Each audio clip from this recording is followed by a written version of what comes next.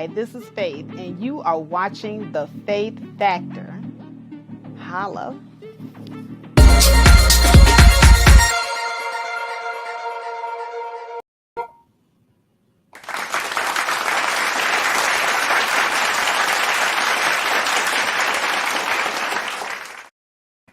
All right, everybody.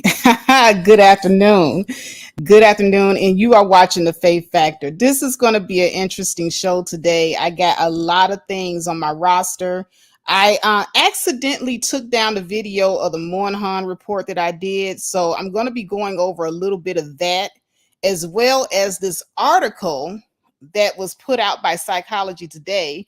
And the title of it is called The Rise of the Lonely Single Men. So, look at the title of my live stream, because I'm about to go in. I'm about to get ignorant. I'm sorry, but I don't feel sorry for these men because they put themselves in this situation. They pretty much created the environment that they find themselves in as lonely by being assholes. And so we'll delve a little bit into that. And then also, I wanted to get into a little bit of the footage of a video that went viral recently. It was of a black man arguing or getting into it. Hold on a second. Yeah, that's it. He's getting into it with, it looks like what would be called a preference or a biracial black woman at an airport. And so things got pretty heated. Other people had to get involved, So it's been kind of crazy. So I want to analyze that video as well. But how has everybody been doing up in here? Please, as you come in, hit the like button. Give me a break, y'all. I see Cassandra Brown is the first person to come into the chat room, and she says, "Hey, Faith, what's up, Cassandra? Let me go ahead and give you your claps early on in the video, because I do appreciate all of my early birds that make it in here. So thank you, Cassandra."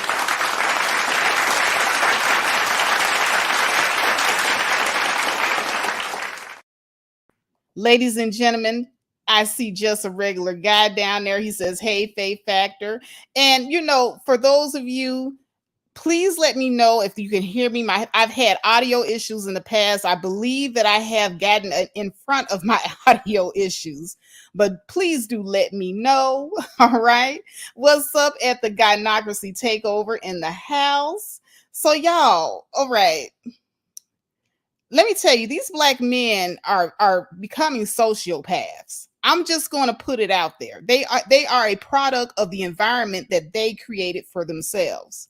We already know that for decades, they have been teaching each other how to communicate and speak to black women, and the communication and how they talk to us.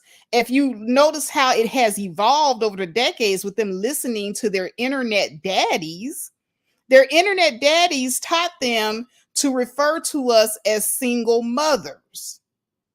Their internet daddies taught them to refer to us as BT1000s. Shout out to Tommy Sotomayor for that. Taught them to discriminate against black women, kind of pitting us against each other via colorism. So a lot of this antisocial behavior, they had been building this up over the decades. And they told themselves that they were the prize, didn't they? They said, "Oh yeah, I'm the prize. I'm the person that means the most in this relationship." They said this to themselves, and they communicated that to the women via the social media. So it's been social media that has been very instrumental in waking up a lot of women, because we heard you guys. We heard you tell us that our vaginas stink. Talk about horrible communication. So now you guys are lonely. As well, you should be. You should be lonely. You're going around talking to women like this, telling them you the prize. telling them that, hey, you know what? It's more of us than it is you. You're going to have to deal with it. You're going to have to deal with it. And black women, we just ain't going. Black women ain't going. This is us.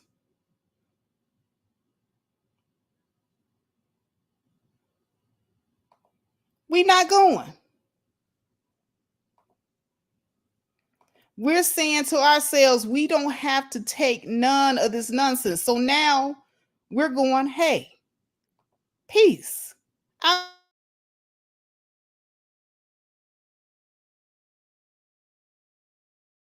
And be happy.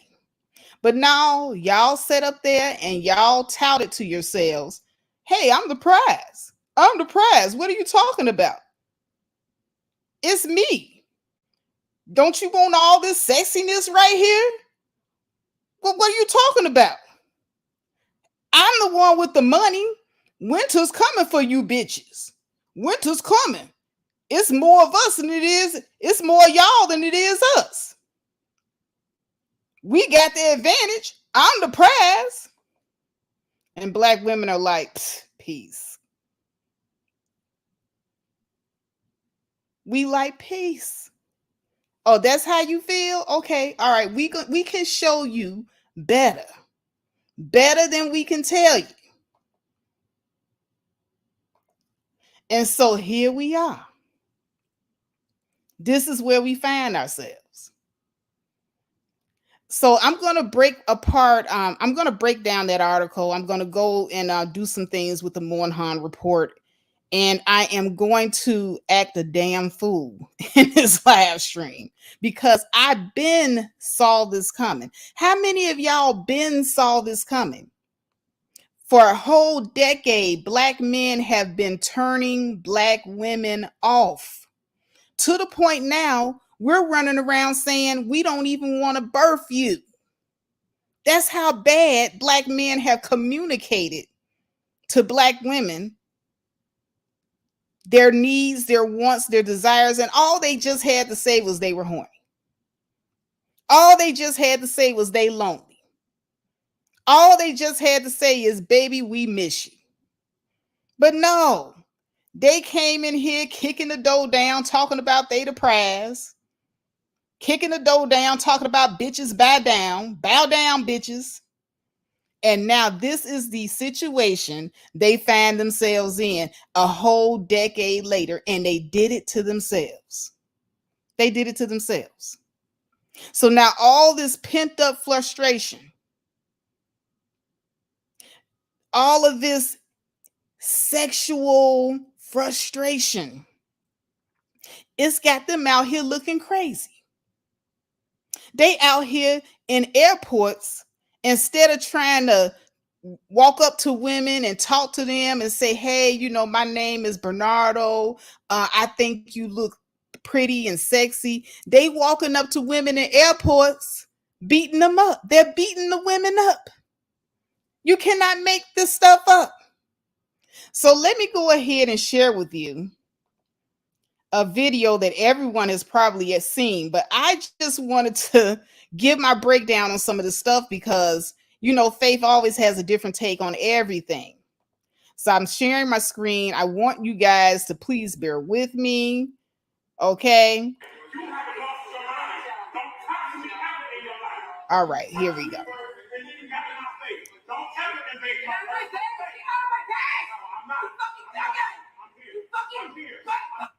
The video always plays on its own. Sorry, guys.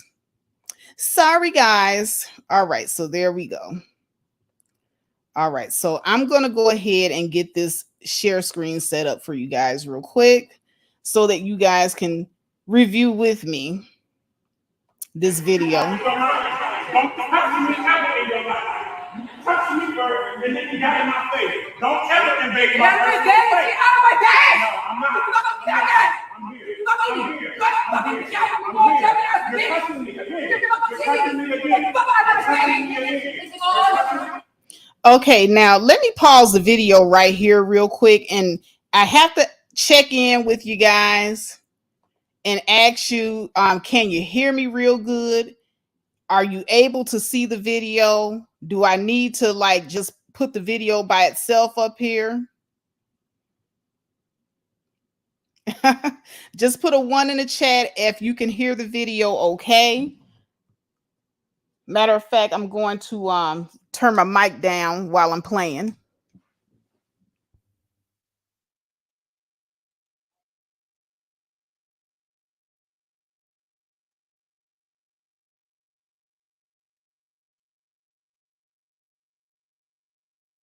It surely is. It surely, but you in my personal space. You're in my personal space. You're in my personal space. Stay out of my personal space. She's touching me.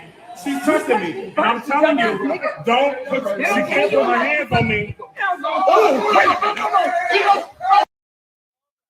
So right there, this is where I lost my sympathy for the woman. Now, you see how he was the one, it looked like he was the aggressor at first because he was coming up into her personal space. It looked like she was trying to walk forward, like she was trying to go about her business, but everywhere she stepped, he was stepping. So it looked like to me he wanted an altercation. He really wanted an altercation with this woman. Okay, so make no mistakes about it. He's still the punk ass bitch in this situation because he was in her personal space.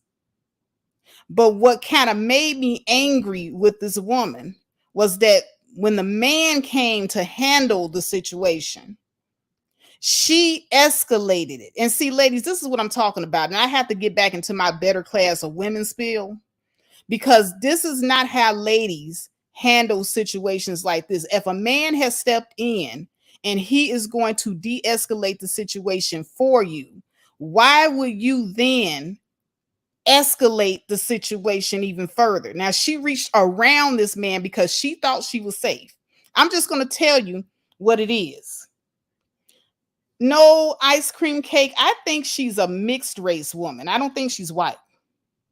But what it is, I think that she thought that she was safe. Now, look at this man, this old fat man right here. Both of them are fat, but he's older than this guy. Ladies, men are always going to be bigger, faster, and stronger than you, no matter how overweight, no matter how chubby, because they have more muscle mass than you, even if they're overweight. Now, she's sitting up here, a big ball of fat. And most women are. Most of us are. We have more fat than we have muscles, unless we're in the gym all the time. And she doesn't appear to be a woman that's in the gym all the time. So I don't know how she felt that she was going to get a hit and run in, and she is out of shape. Now I could see if she was in the gym and she looked like she was kind of slim, she might have had a chance to hit and run because he ain't that fast his damn self. Look how clumsy he is. Now, she thought she had protection, but y'all go ahead and take a look at what happens next. Hey, stop it! Hey! Okay, you see how clumsy both of them are, but she's even more clumsy because she's in flip-flops, first of all. She can't barely run. And then he's making he ran around the old guy. The old guy is old and slow. He is not going to be able to protect you, boo. You have to realize what you got going on here. And plus, he was low key, kind of, not really feeling, having to come in between them in the first place. The old guy looked like he was just like, oh man, I got to come in here and come in between them. He wasn't really feeling, trying to get in between y'all. And he wasn't trying to get hurt his damn self. So I don't even understand how you thought that this was going to be a safe situation for you to get a hit and run in. Like, really? Really?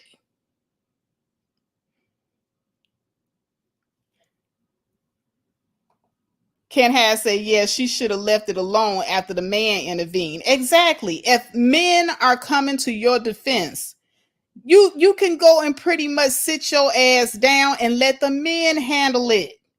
But no, here you go, Miss Ghetto. I'm gonna get the last word. I'm gonna get the last tap in, queen, and you done messed it up for yourself. Now you look stupid.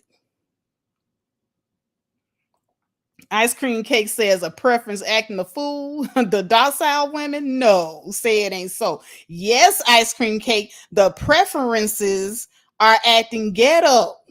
They acting a fool.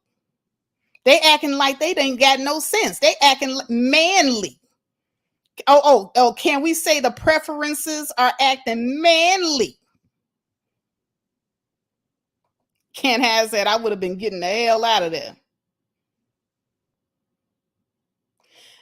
Ice Cream Cake, yeah, she's probably used to men intervening on her behalf, but Dum Dum didn't read the room. I'm just going to tell y'all what it is. Dum Dum failed to read the room, and she failed to see that that was a fat old man in front of her that couldn't possibly hold back the younger fat man. Even though both of them are fat, one is old and one is young. So youth gives you an advantage. I keep telling y'all this. Youth will give you an advantage. And so you old, you fat, and you clumsy, probably older than the young man that you're getting into this altercation with. But you think you finna get a tap, and you think you finna get away and run. He tackled you like the big bustling football body player that he is, shaped like a goddamn quarterback. He tackled you. And then he clocked you upside the head. Now, to me, this is just me. She got her tap in, her little tippity tap. And when he tackled her and clumped her upside the head, to me, he got his lick back. You know, I might be petty, but this is how I think.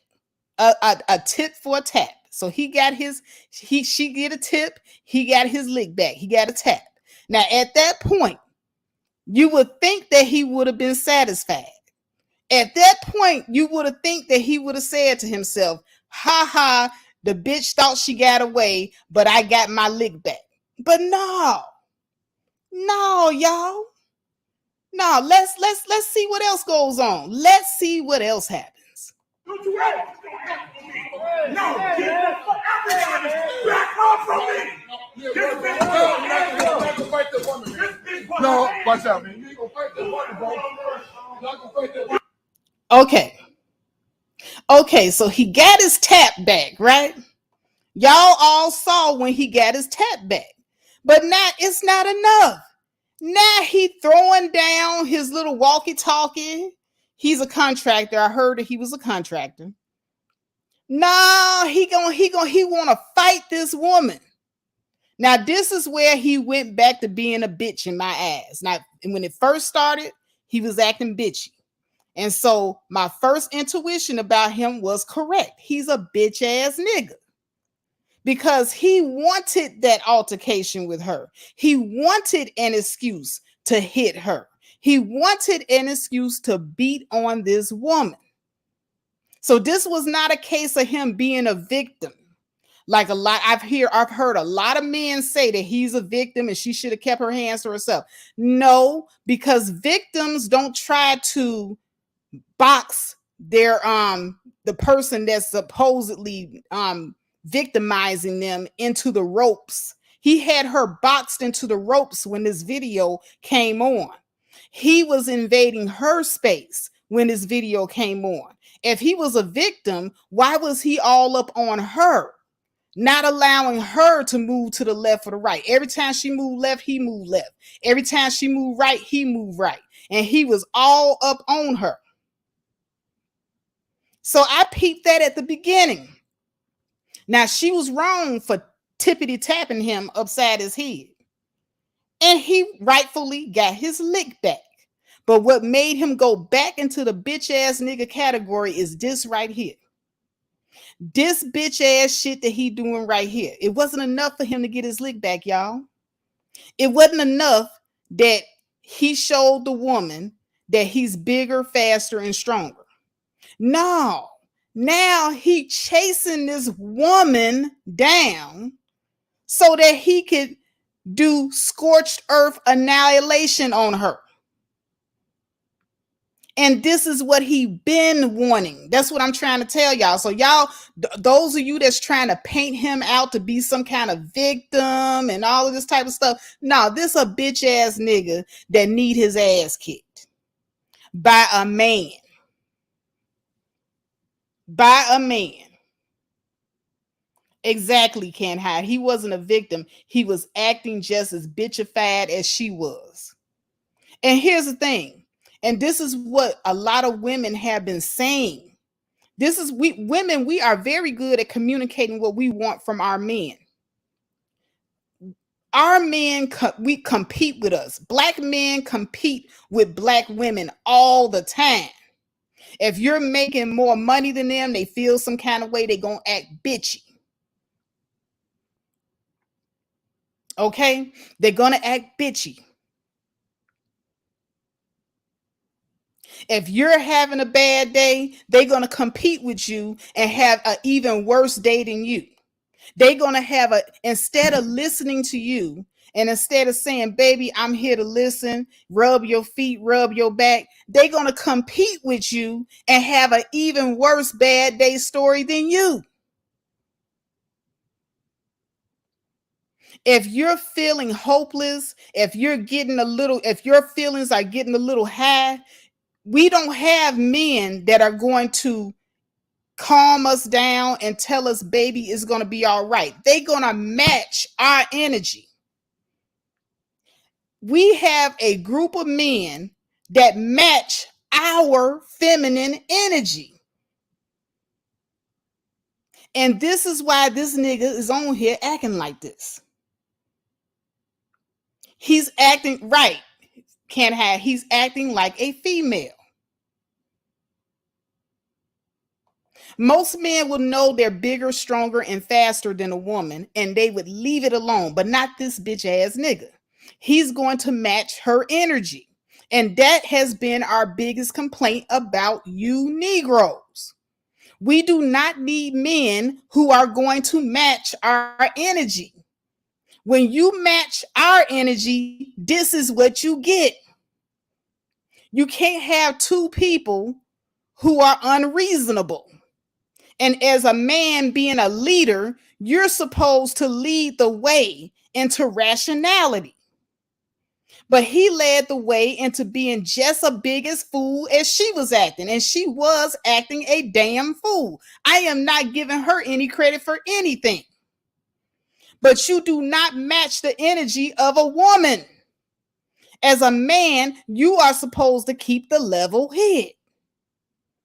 So this is a prime example of why you Negroes are lonely. This right here, this how y'all act. Y'all out here matching feminine energy, and then you wonder how come nobody want you.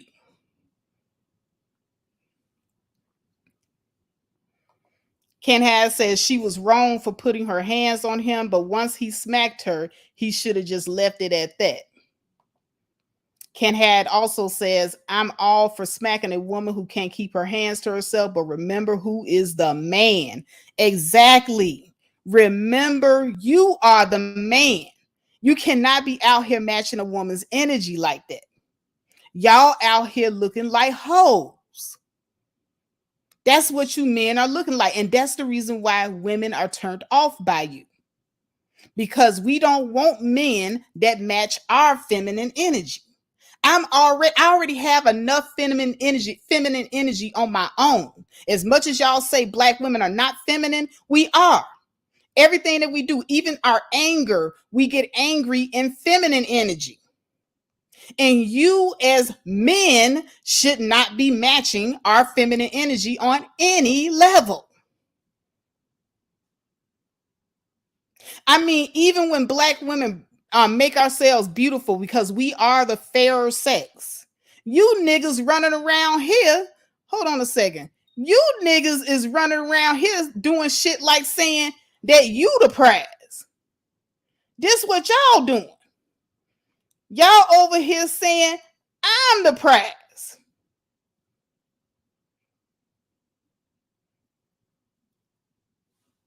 And you really believe this shit.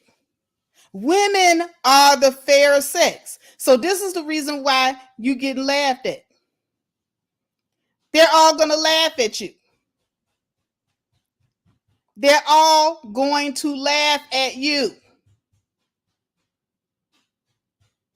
Because you a joke. You Negroes are jokes. And you don't even know it.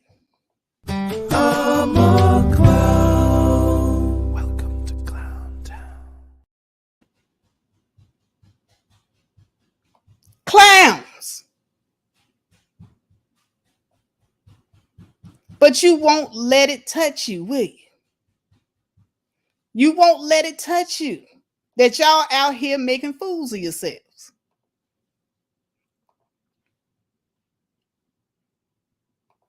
Ice Cream Cake says, dating these men are becoming lesbian. Oh my God, this is the comment of the day. This is my favorite comment right now. Ice Cream Cake says, dating these men are becoming lesbian relationships. And I'm not a lesbian. Thank you. Thank you. If we wanted to be in relationships with other women, we would go and get other women. We do not want no feminized man competing with us, trying to out-feminize me. Talking about you the prize and we are the fairer sex.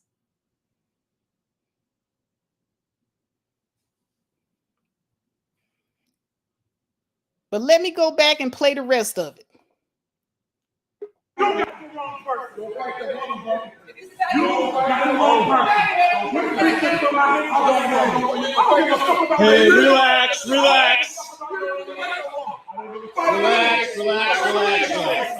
say whoever.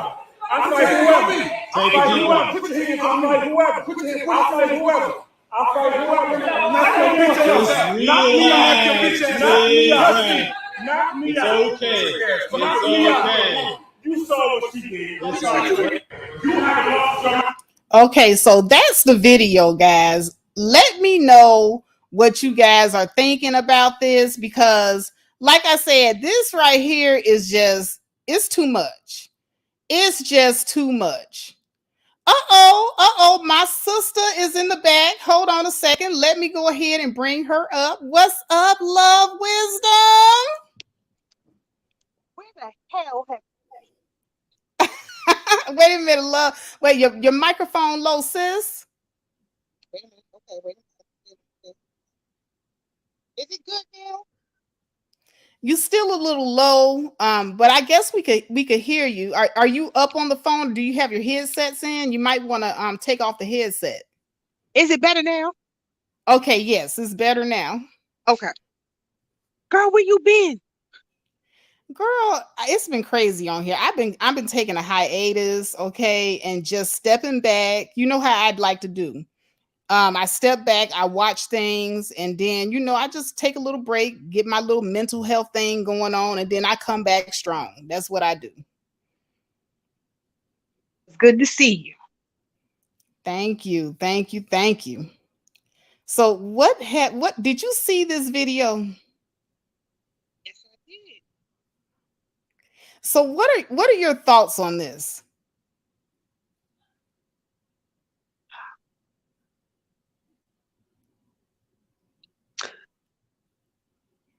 Face, don't get all up in a man's face. Because at the end of the day, this man is stronger than you.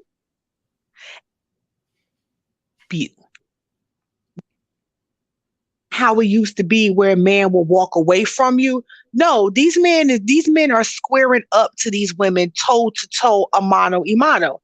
If you want to be treated like a man, then so be it. Mm-hmm. Face Exactly. and yelling and screaming. Once you on somebody, you are considered fair game. All right. Putting their hands on anybody.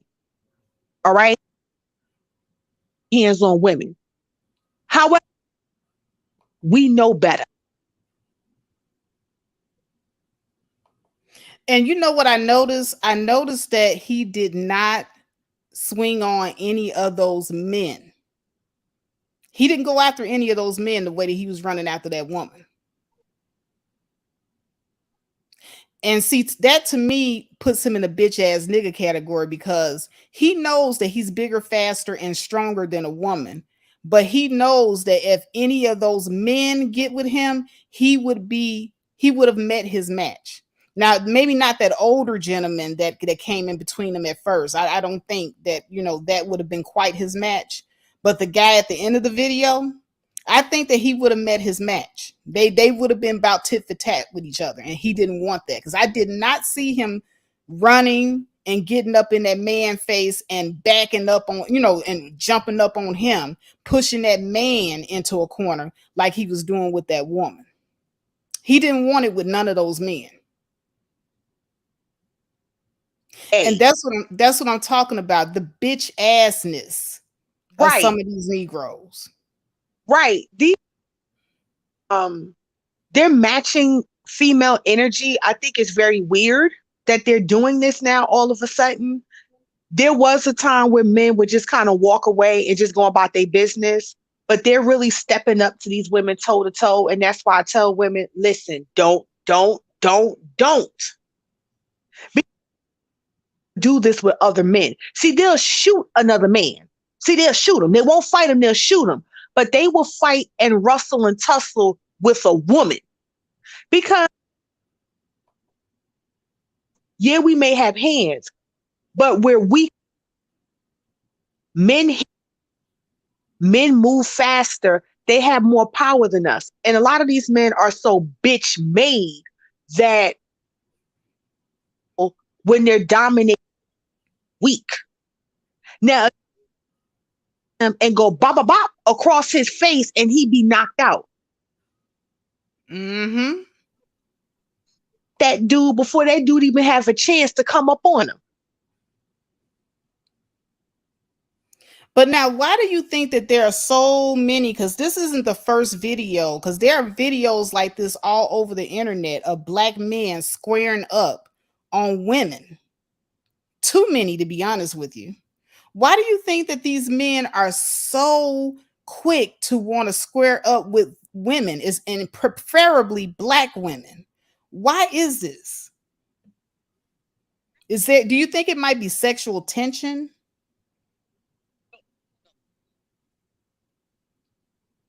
Are inherently masculine. We look like men, we talk like men, we built like men, so why not get knocked out like one? Women look, act like.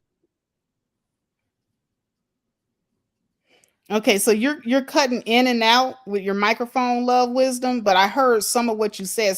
So are you saying that we as women, we look, act, and talk like men, and that is the reason why the men are squaring up on us? That we're masculine. Say that last part again.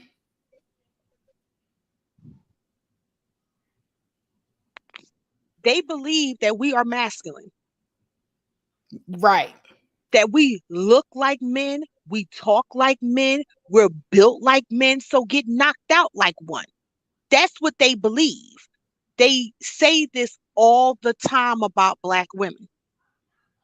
So even when black women are quote unquote being feminine and being nice, these men will still square up with you.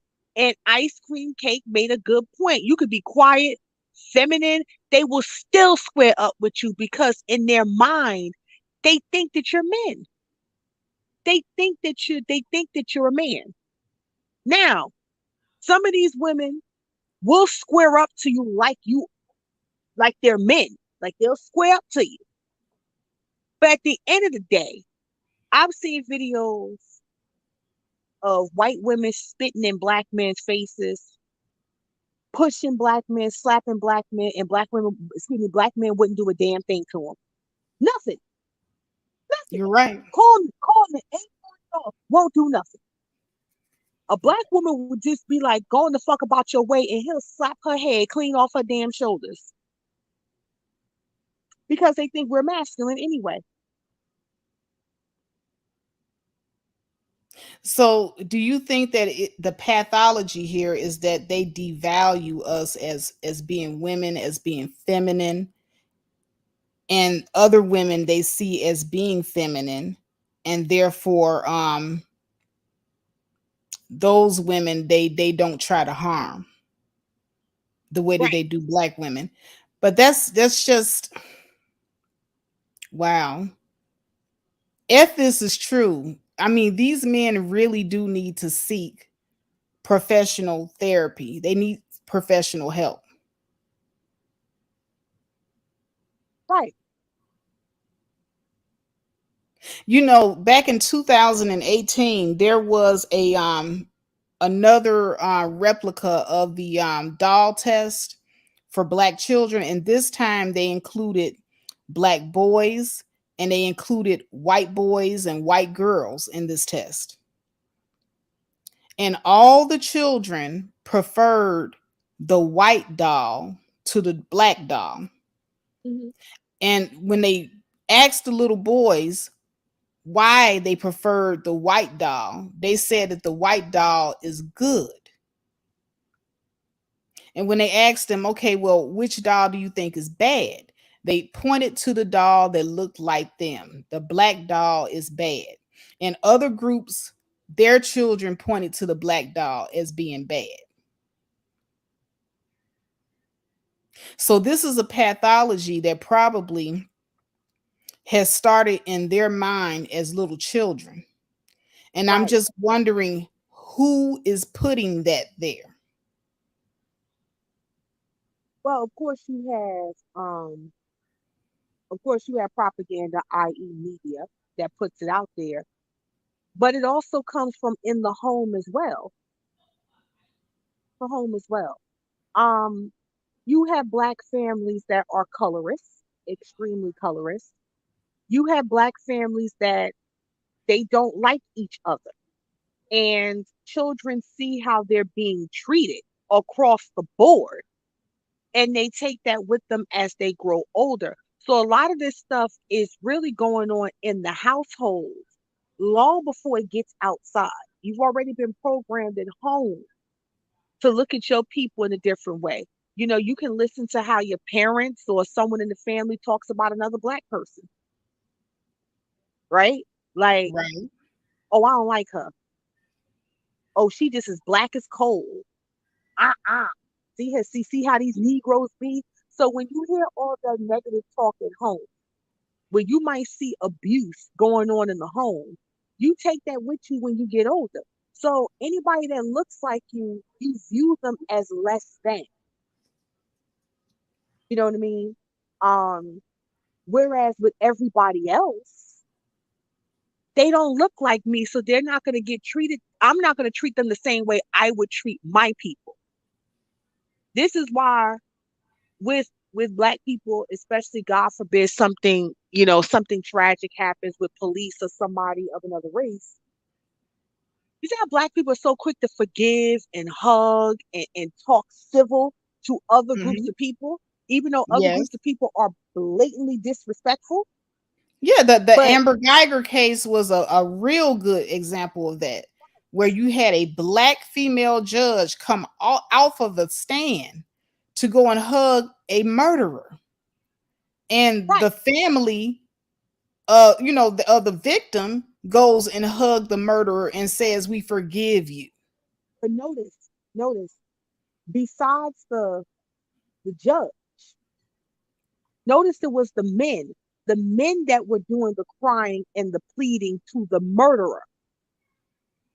It wasn't the mama and the sister. It was the son and the father that was crying, asking for forgiveness, and gave her a hug. You see what I'm saying? So, Hmm. in their eyes, this woman, because of what they were taught and viewed this Caucasian woman, She is the epitome of forgiveness. You know, before they revised Merriam-Webster's dictionary, the original term for white was pure, was innocent, was sweet, the opposite of black. But then when you look at the definition of black, it was dark, it was nasty, it was vile, devilish, the opposite of white. So when you look at that, black is seen as something disgusting, something evil, something devilish, but white is innocent and it's pure, it's soft. So can you imagine as a child looking up those words in the dictionary and that's what's being said about you as a person? That Mm-hmm. something is inherently wrong with you because of what someone's thoughts of you are, and you carry that on as you get older. And everybody that looks like you, no matter how feminine, no matter how nice, you look at them in a negative light. But everybody else that don't look like you, they're sweet, they're innocent, and they're pure. Um, Diamonds and pearls, I think that was you. You made an excellent point. In spite of all that, Black women are still loyal. And let me talk about that for a few minutes because she's absolutely correct. Out of all of that, Black women still are loyal. Why? Because Black women have a deep conditioning treatment. Now, when y'all think about a deep conditioner, we think about hair. So, depending on how thick your hair is and how long your hair is, you put this deep conditioning treatment in your hair. You put the plastic cap on and you sit under that hot dryer for how long? Depending on how long and thick your hair is. Now, it's supposed Mm-hmm. to hydrate your hair. It's supposed to be a sealant. It's supposed to protect your hair from all of the tugging, the pulling, and the heat damage that you're about to receive once you get out that dryer. Thus, Right. it's the same for Black women. Black women had this deep conditioning treatment to be loyal, right? It prepares Black women for all the humiliation, all the disrespect, all the abuse that she's about to receive from the community. Okay?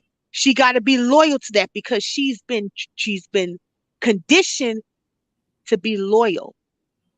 Your womanhood don't matter. It's your loyalty. Your loyalty is your strength. You notice how the community always praise Black women for our strengths. Oh, y'all so strong. Y'all so Mm-hmm. loyal. Don't nobody ever say that we're beautiful. Don't nobody ever say that we're soft. You so strong. You so loyal. Like we some old Saint Bernards. Just like some dogs. Like you just loyal. You just work so hard. It's that deep conditioning treatment that Black women have been raised on. Now, Black men have been given what I call the leave-in conditioner. Leave-in conditioner, all you got to do is just slap it on your hair, comb it, and go about your business. Black men have Mm-hmm. not been taught race loyalty. Black men have been taught go with whoever makes you happy. Black women, no, no, no, no, no, no. You don't get to go where you're celebrated. You got to sit here and work the field. And yes, Cassandra, loyal equals a mule, a big old workhorse.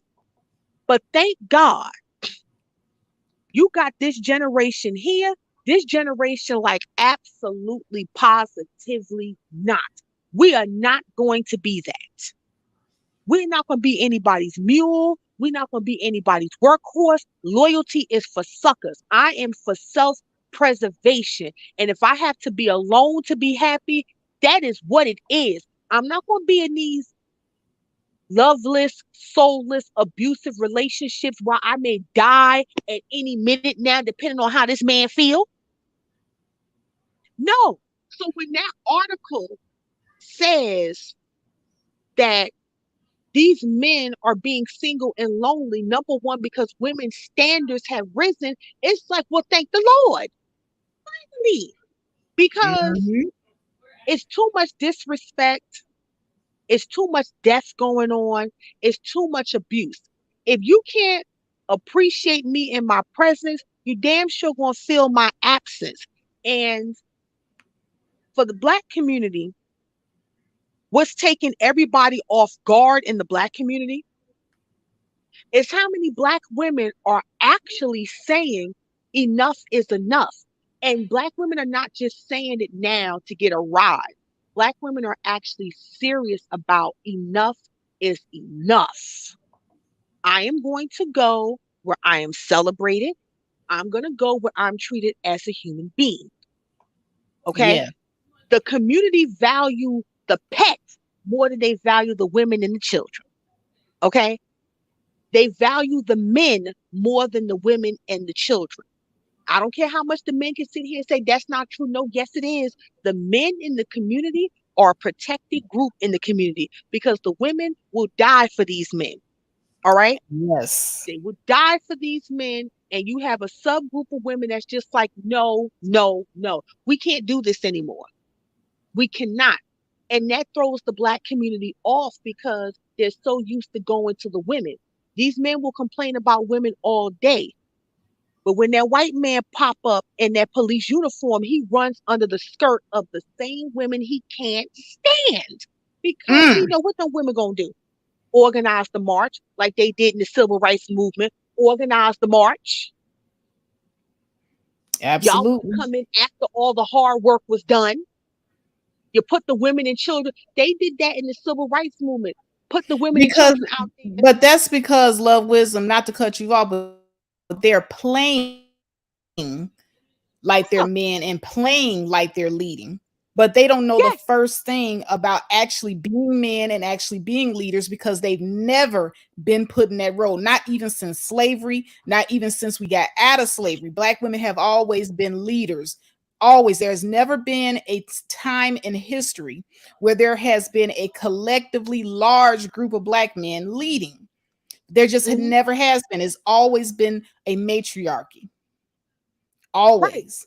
So right. when they And go out now, there and try to play being a leader and then they get their ass handed to them, they don't re-up and they go back stronger. They do exactly like you say. They run behind their mammy skirt, their woman skirt, or any skirt that's in the vicinity, and then they want a protection. They want protection. They're right, not giving protection, they want protection. want the protection. And what Ice Cream Cake said, the girl who filmed George Floyd, the community threatened her because she didn't intervene to save him. Now, this is a 17-year-old girl who already is traumatized by recording a man dying in front of her. But the community, why you ain't intervene? Wait just 1 second. Wait a minute. You want a child to intervene with the grown man where it was all these grown men around and not one went in there to try to save him? But you are relying on a 17-year-old girl, a child to jump in. Oh no, And honey. after that, They say that we are women when we get our period. yeah, When we get our period, all of a sudden we become masters of the universe. We become wise old women. We know better. We know we better than even these grown men trying to have sex with us. right, right. And it's like, but see, it all ties into this. It all ties into this article. Now we know this article is primarily for Caucasian men and women, but you can also add in Black women with this as well because you're seeing that rise. Yes. That as standards improve,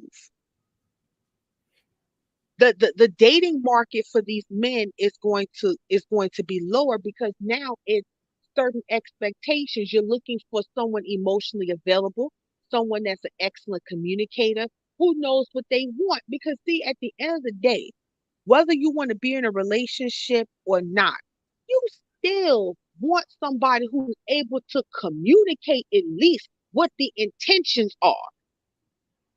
You know what I mean? You don't have time Yeah, for but this they push don't and know how pull. to communicate. And that's something else that the article spoke about. They don't know how to communicate. They're Right, terrible. They think that the pimps up, hoes down mentality is still winning for them.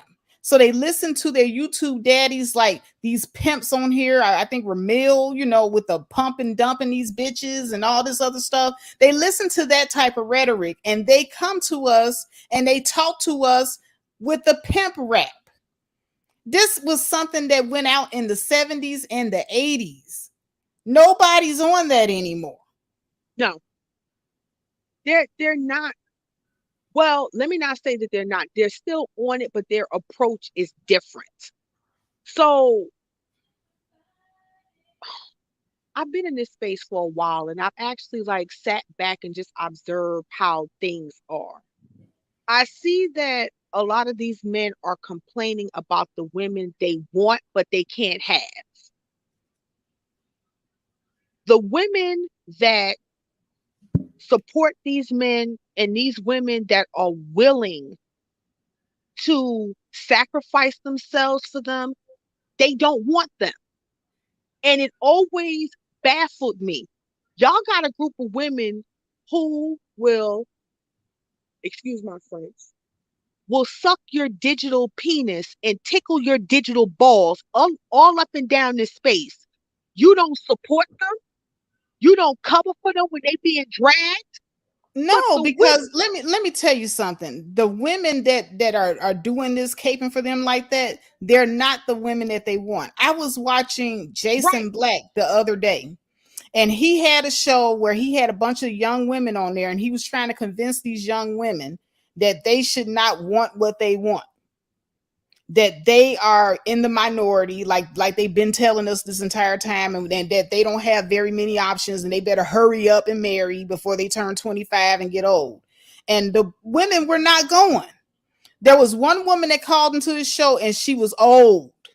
And when I say old, probably 60s. And she sounded like she had a cigarette cough and a voice that was husky, like she smoked a lot of cigarettes in her lifetime. And she sounded like she was overweight and out of breath. And not one time did he bring up her gruff voice and that she sounded like she might be overweight or anything, because she was agreeing with him. But, yes. But because she's agreeing with you does not mean that he wants you. Now, Jason Black, he liked the fact that she was agreeing with him, but he don't want her. He wants them young women that he could not convince. That's what he wanted. And the women who make it very clear. They make it very clear that no, we don't want you. We're not dealing with you. Those are the women those men actually want. And this is what the conversations are about all up and down the YouTube space. You're trying to devalue the women that you do want to get them to come back home, so to speak. The women that are already home, that's like, well, pick me, choose me. You're not even paying them any attention. So it's almost like what DS1 once said, date on your level. Mm-hmm. You already got a cheerleading squad right here. Why you can't date them? Why do you want to chase after the women who made it very clear they don't want you? You can save yourself a whole lot of trouble by dating the women that actually want you. Because see, we as women, we up on game. We don't learn some lessons. Okay? Girl, they don't have no game. They don't know how to approach women. They're awkward. This is them. This is them right here. This is how they be looking. Mm-hmm. And they want to know how come they single. Look at this. Don't nobody want this. Don't nobody want this, but they refuse to step up their game. They coming to us like this, and they want to know how come they can't get no game. They can't get no play. I gotta, you know what? I can give Ice Cream Cake a hug because she 1,000%. That face, please highlight her comment. She said black men don't want mammies, black men want divesters. Can you highlight that comment, please? Because that is the absolute truth. Yes, she says black men don't want mammies. Black men want divesters. They want the pick me's to convince those women to come back to black men. Can you Exactly. read? Can you read that sentence one more time? Read it, please. Oh, yes. Black men don't want mammies. Black men want divesters. They want Mhm. the pick me's to convince those women to come back to black men. Thank you. See now. To the black women who are still holding on, holding on, holding on. Y'all let that comment soak in let it marinate. Let it, because that's 1,000%. They don't want the women cheerleading for them. They want the women who are like, we don't want you. We don't Well, want you. see, what they want is see, a lot of the older women are attack dogs for them. That's Yes. what they are. They're pit bulls for them. So they send out these older women that they have already beaten down, that have low self-esteem. And Amiri said it on his show the other day. I really liked his breakdown of this article. But he said women with low self-esteem are easy to control. But these younger women, these zennials, and these younger millennials, they don't have the low self-esteem, and they have not been beaten down like we have. Generation X and the baby boomers, we've been beaten down by the pimp hoe culture, but they haven't. And so they are over here scrambling because they want that type of woman. They want those young women because they were so used to running through the younger Generation Xers. The baby Mhm. boomers ruined the Generation X women, and the Generation X men ruined the older generation of the millennials. And now they're trying to move on to the younger millennials and the zennials, and they're not going because they haven't been beat down. They don't have low self-esteem. I remember we had this conversation a long time ago. I said about that Ursula effect. That Ursula effect is real. Okay. That's right.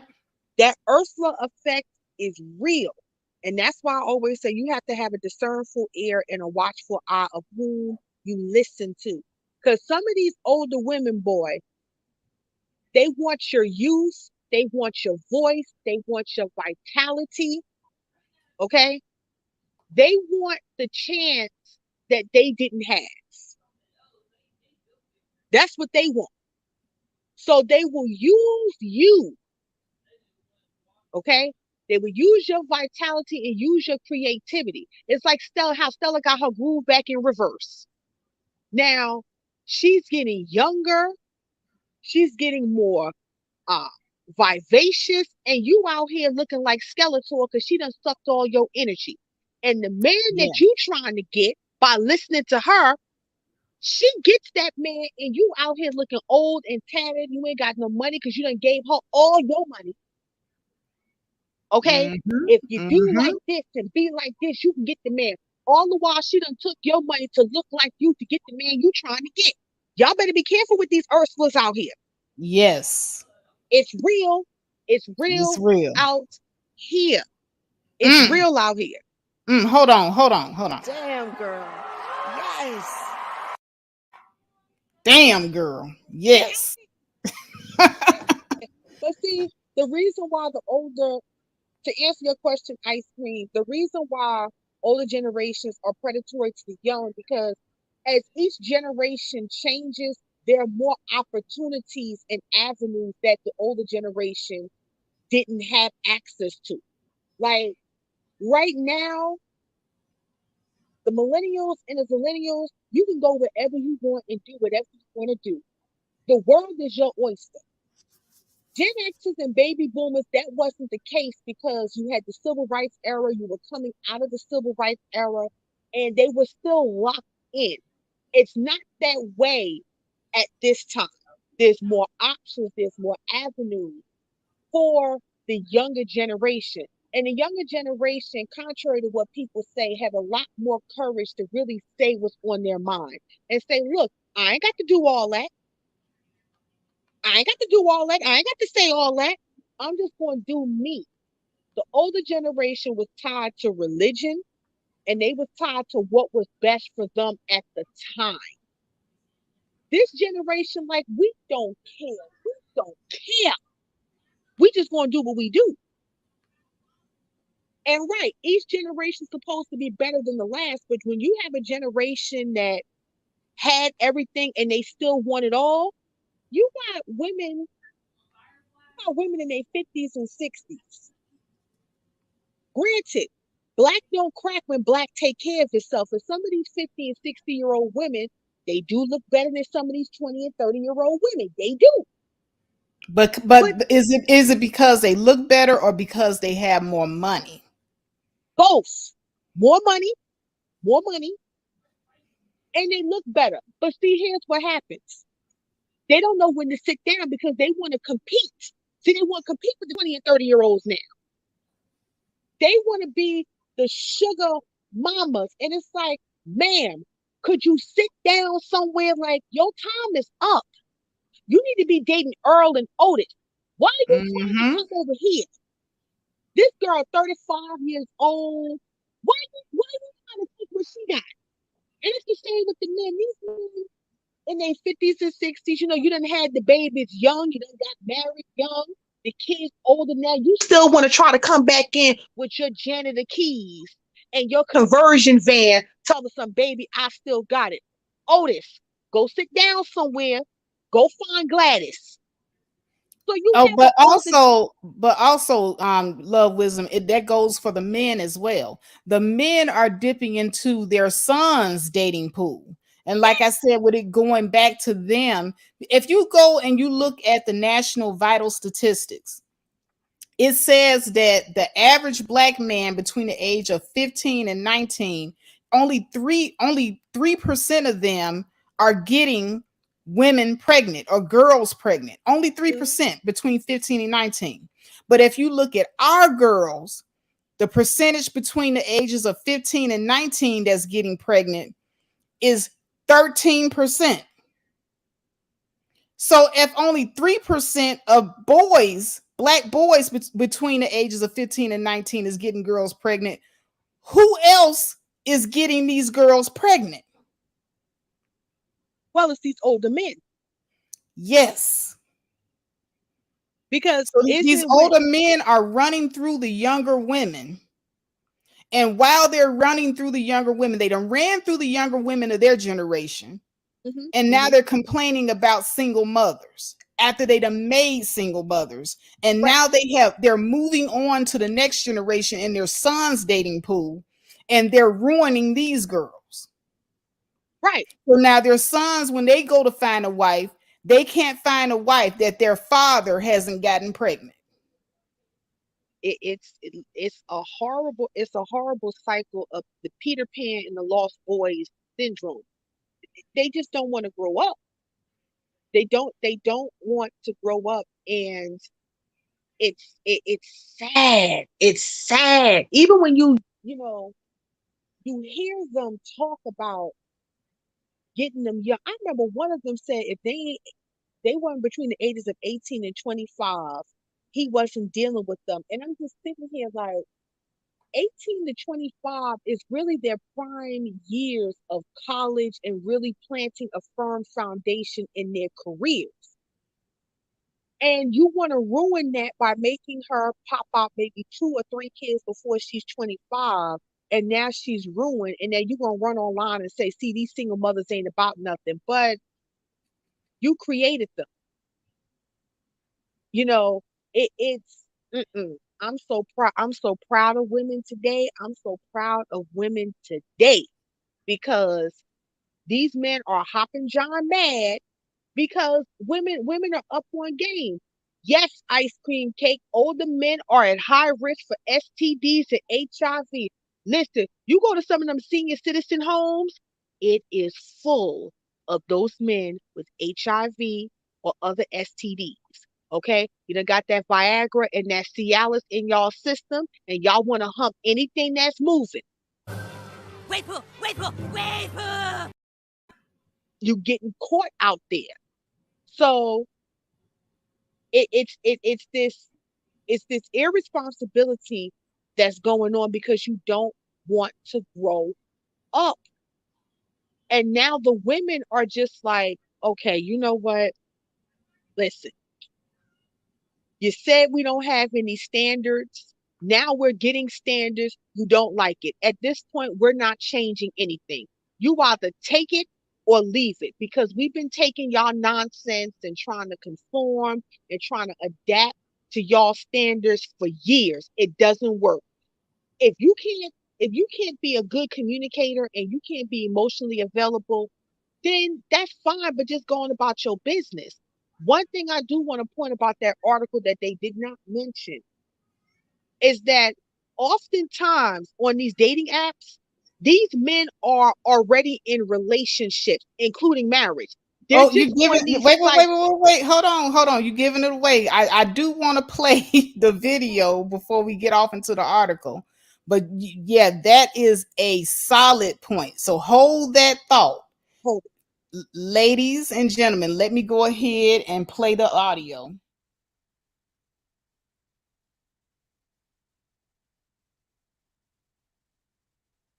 Psychology Today article going viral now, saying that we are seeing a rise in lonely single men. According to the author, dating opportunities for straight men are diminishing. Okay, so it's not all bad though. So here's the real reason they're saying this. The author says it's because women are raising their standards for relationships, as we should. Right now, 62% of dating app users are in fact men. Many of those are probably in relationships. Yeah. That's just my little side note. The author of the article says men need to address their dating deficits to meet healthier relationship expectations from potential partners. And we posted this on our Facebook page. The comment section, as you can imagine, it is full. People are agreeing. They say men should raise their game. Some are also saying that the dating apps caused this issue. So head to our Facebook page. We want to know what you think. Join that conversation. And when I say the author says, I'm not the author. All right. So just a little bit of what they had to say about it. Okay, let's go back to us. Hold on a second. Let me stop sharing. All right, sis. So that was a little bit of what they had to say about it. And I also have the article here. Would like to go ahead and play that real quickly. Well, not play it, but read it real quickly. But it is an article from Psychology Today. An article from Psychology Today. So let me go ahead and share my screen and get this done real quick. This article isn't that long, but I want to point out some things in this article as I read it. All right, let me go ahead and blow up my screen real quick and share this. All right, can you guys see it? Yes. Okay, great. All right, so this is the Psychology Today. It says the rise of single lonely men. And let me go ahead and boost my mic back up. I turned it down just so I can play the video. But here are the key points. The dating opportunities for heterosexual men are diminishing as relationship standards rise. So women are pretty much raising their relationship standards. Men represent approximately 62% of dating app users. So there are more men on dating apps than there are women. So that gives women who are on dating app the advantage, which lowers their chances for matches. And men need to address skill deficits to meet healthier relationship expectations. Okay, hold on. Let me add you back to the screen. Stream Love Wisdom. All right, so here we go. The article is by Psychology Today. The author is Greg Matos. He's a psychologist. And basically he's saying younger and middle-aged men are the loneliest they've ever been in generations, and it's probably going to get worse. So he's predicting it's going to get worse. This is not my typical rosy view of relationships, but a reality nonetheless. Over the last 30 years, men have become a larger portion of that growing group of long-term single people. And right now, as it stands, guys, 52% of Black men are unmarried. Unmarried. Only 33% of Black men are married. So a very small group of Black men are married. The rest have either been divorced, widowed, or separated. And the other half, 52%, never married. So this article is on point. And it also goes on to say, and while you don't actually need to be in a relationship to be happy, men typically are happier and healthier when partnered. And there has been studies on this. Married men live longer. Men who are in relationships long term live longer. It is married women who don't live as long as single women. Women in relationships that don't live as long as women who are not in relationship. And the reason I would say why, this is just me, this is not in this article, but men will suck the life out of you, especially Black men. They are selfish. They are inherently selfish. And they have very unrealistic expectations that they put on their wives and girlfriends. But that's just me. But I'm going to continue. Here are 3 broad trends in relationship landscape that suggest heterosexual men are in for a rough road ahead. Number 1, dating apps. Whether you're just starting to date or you're recently divorced and dating again, dating apps are a huge driver of new romance connections in the United States. So for all you people that tried to dump on me because I came out about 3 years ago and said that I had a dating app profile, boom, in your face. Most of y'all are meeting online, by the way. We got a couple of YouTube relationships on here and a YouTube baby. Okay, so while y'all talking, but let me continue. The only problem is that upwards of 62% of users are men, and many women are overwhelmed with how many options they have. Remember when they tried to tell us that we didn't have any options? Funny how the tables turn. So it's social media and the dating apps that actually level the field because we have access to more men. And with Zennials and younger millennials readily eager to date out, men are finding themselves, especially Black men, they're finding themselves having to compete and they don't like it. I'm just going to be honest. They don't like that shit. Competition in online dating is fierce. And lucky in-person chance encounters with dreamy partners are rarer than ever. So that's 1, the dating apps. Number 2, relationship standards. With so many options, it's not surprising that women are increasingly selective. I do a live TikTok show, A Better Love Project, and speak with hundreds of audience members every week. I hear recurring dating themes from women between the ages of 25 and 45. They prefer men who are emotionally available, good communicators, and share similar values. So let's go ahead and look at this for a second, y'all. The article is saying that women between the age of 25 and 45 prefer men who are emotionally available. How many of y'all feel as if this current climate of Black men are emotionally available to us? Put a 1 in the chat if you believe that Black men are emotionally available. Put a 2 if you believe they are not emotionally available. I would wager to say they are not emotionally available. I'm going to be the first to put my 2 in the chat. Hold on a second. Did I? Yep, there go my 2. They're not emotionally available. And it says here that we want them to be good communicators. Now, we talked about earlier how Black men communicate with Black women. They communicate with the pimp up, hold down mentality. They talk to us like we ain't nothing. They come to us and they tell us, hey, I don't know what you talking about. I'm the prize. You just a squirrel out here trying to get a nut. I don't know what you talking about. I'm the man. I should be the leader. I make the money. There ain't that many of y'all. There's too many of y'all and not that many of us. If I make a little 50, 60,000 a year, you ought to bend down and kiss the ring. What you think? What you bitches think? Hell, you ought to be glad to have a man like me. A man like me?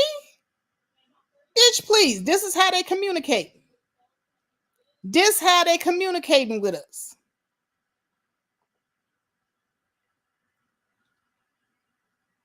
Exactly. Gaslight and manipulate. And then we want to share similar values. So more and more Black women are educated than Black men. So we value education. We want to be able to sit down and have a conversation with somebody who is on our level. Black women, for the most part, we value marriage. Black men, they teach each other to pump and dump. They go online and listen to their internet daddy like Ramil that don't promote marriage. He say pump and dumping these bitches, and they around here agreeing with them.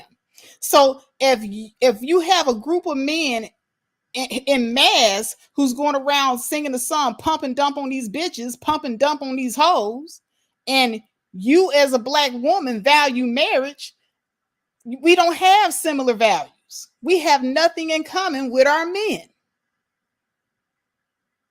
Nothing.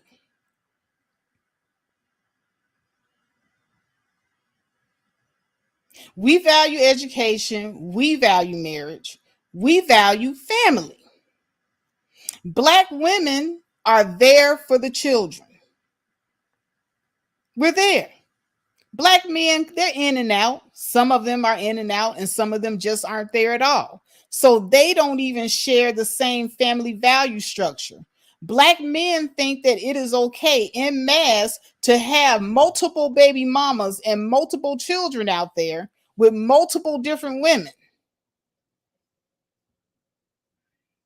And you're supposed to just sit there and accept their outside kids.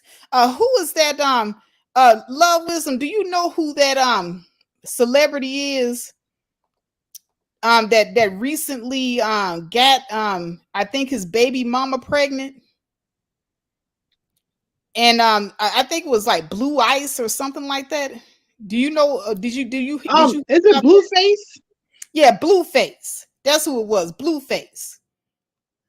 Now here he is. His woman done got his tattoo on her chest. She done got a picture of his face on her tooth. Is a blue, a blue face picture on her tooth. He done set up here and made her have 1 million abortions, but he gonna turn around when she find out that the baby mama is pregnant again and she's upset. He gonna turn around on the Instagram live and casually say to her, well, you knew I was still fucking my baby mama. This is how they talk to us. This is how they communicate to us like we ain't shit. This is their value system. I can do whatever the hell I want. Even if they got a woman that's down for them, they gonna treat her like shit.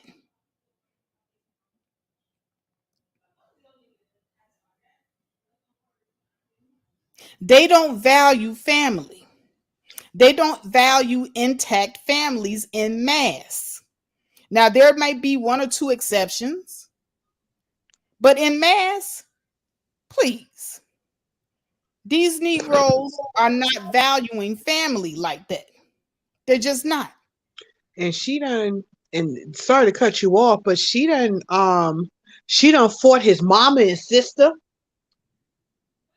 Mm-hmm. She done fought the mama and the sister, and he finally made her his girlfriend. And I was like, hold up.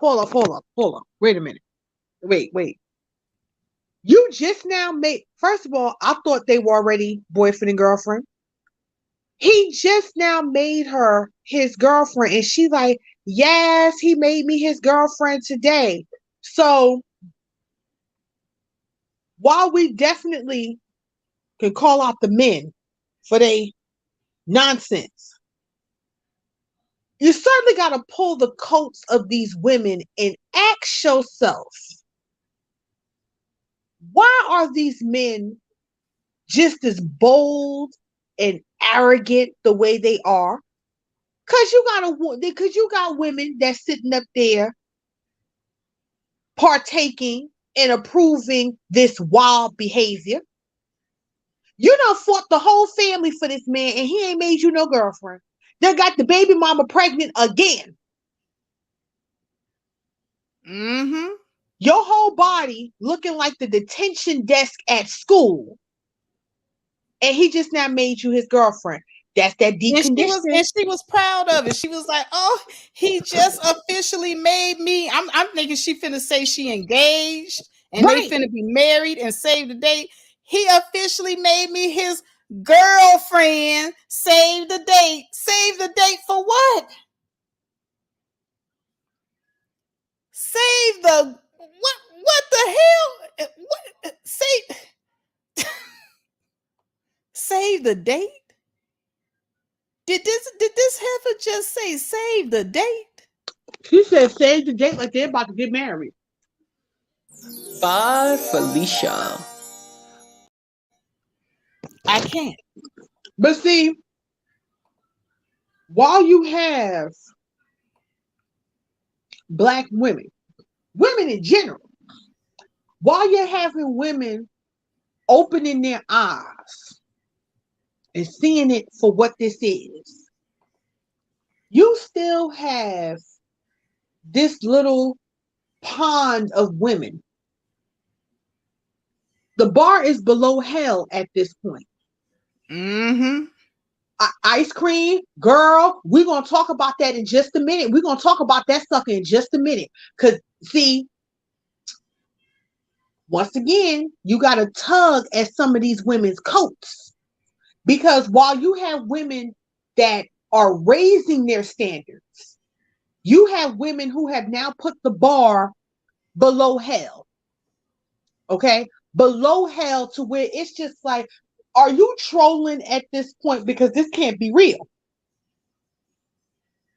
This can't, oh no, ice cream. We're going to talk about that love, that chicken from Popeye's story in just a minute.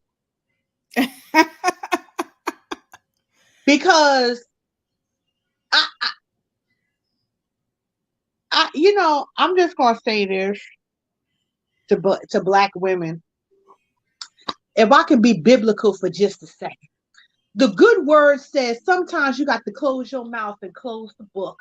Those who seek knowledge will come to it.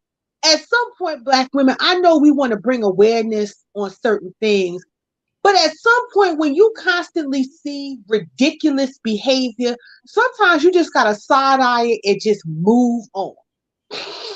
Because that whole Popeye story, I was just like, okay, now what's the Popeye story? Is there a video? Can somebody drop the link in the chat?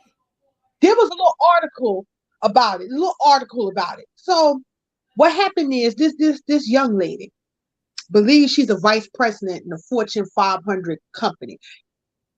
And the New York Times, check the New York Times. Just put New York Times Popeyes.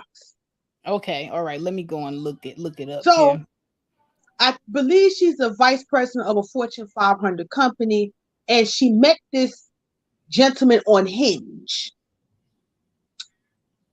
He stood her up twice, canceled twice. The third time was the charm, and they had their first date at Popeyes. Okay. Now, I'm not knocking people's first date. You do what you want to do. But I would think once he canceled on you twice, I'm assuming this person ain't got no interest in you, you ought to move on. But whatever. 6 months of being together, she moved him in. Now I'm smelling a hobosexual right now. So she moved him in. And he Okay, proposed I to her. found it. I found it. He Hold on a proposed to second. her, and the homeboy brought the engagement ring. And they got married. See.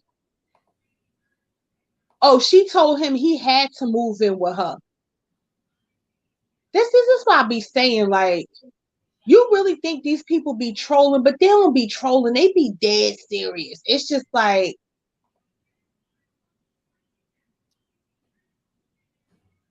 Okay, I got the article up here. Let me take a look at it real quick and read it real quick for those that aren't privy to it, because I haven't been privy to it. But this is the New York Times. It says after a first date at Popeyes, marriage was on the menu. oh Lord. Sharhaya Wade was ready to forget about Stevenson Boyce, whom she met on Hinge, because he twice canceled their first date. But soon after a third successful attempt, she was ready to marry him. Oh my God, is that her? The desperation. The desperation.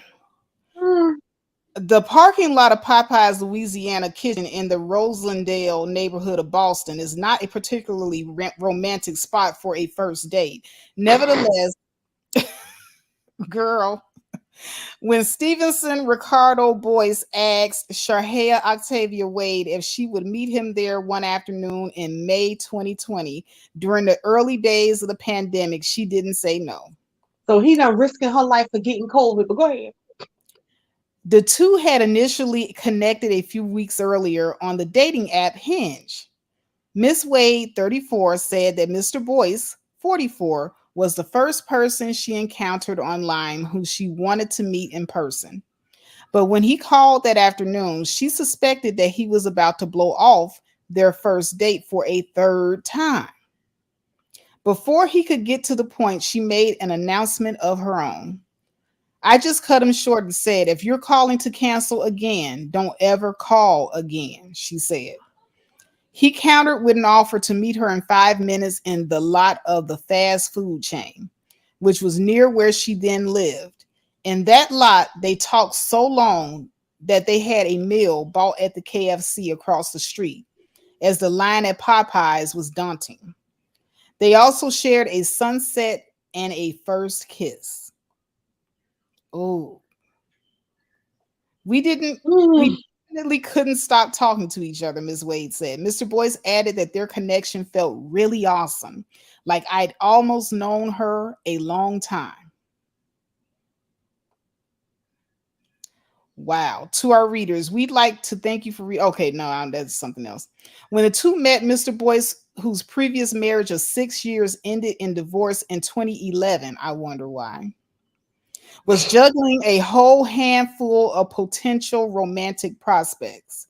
But after a few dates with Miss Wade, those other 5 started to become very obsolete very fast, he said. So basically, he was already dating 5 other women before he was dating her. And he put the 5 other women as a priority in his rotation. Well, so she couldn't even get on the rotation. Well. And so therefore she gave him an ultimatum. And with that ultimatum, he ran and appeased her by meeting her in the KFC parking lot. I wonder, did he do that with the other 5 that he made a priority over her? No. But I'll continue. Both have roots in the West Indies and learned that they share a commitment to family, community, and building generational wealth through real estate, hard work, and planning. Within the first couple of weeks of their relationship, Miss Wade recalls telling Mr. Boyce that they were going to get married. Wait a minute. She told him that they were going to get married. Sure did. Girl, okay, let me just go ahead and keep going down this rabbit hole because this is deep. This is deep, sis. I don't know. But anyway, Mrs. Wade recalls telling Mr. Boyce that they were going to get married. He looked at me like I was crazy, she said. Of course he would. One of the things that got me was he was describing his future, what he wants out of life, and it sounded like he was picking my dream, Miss Wade added. It was surreal. Everything he was saying that he wanted about his future was exactly what I wanted.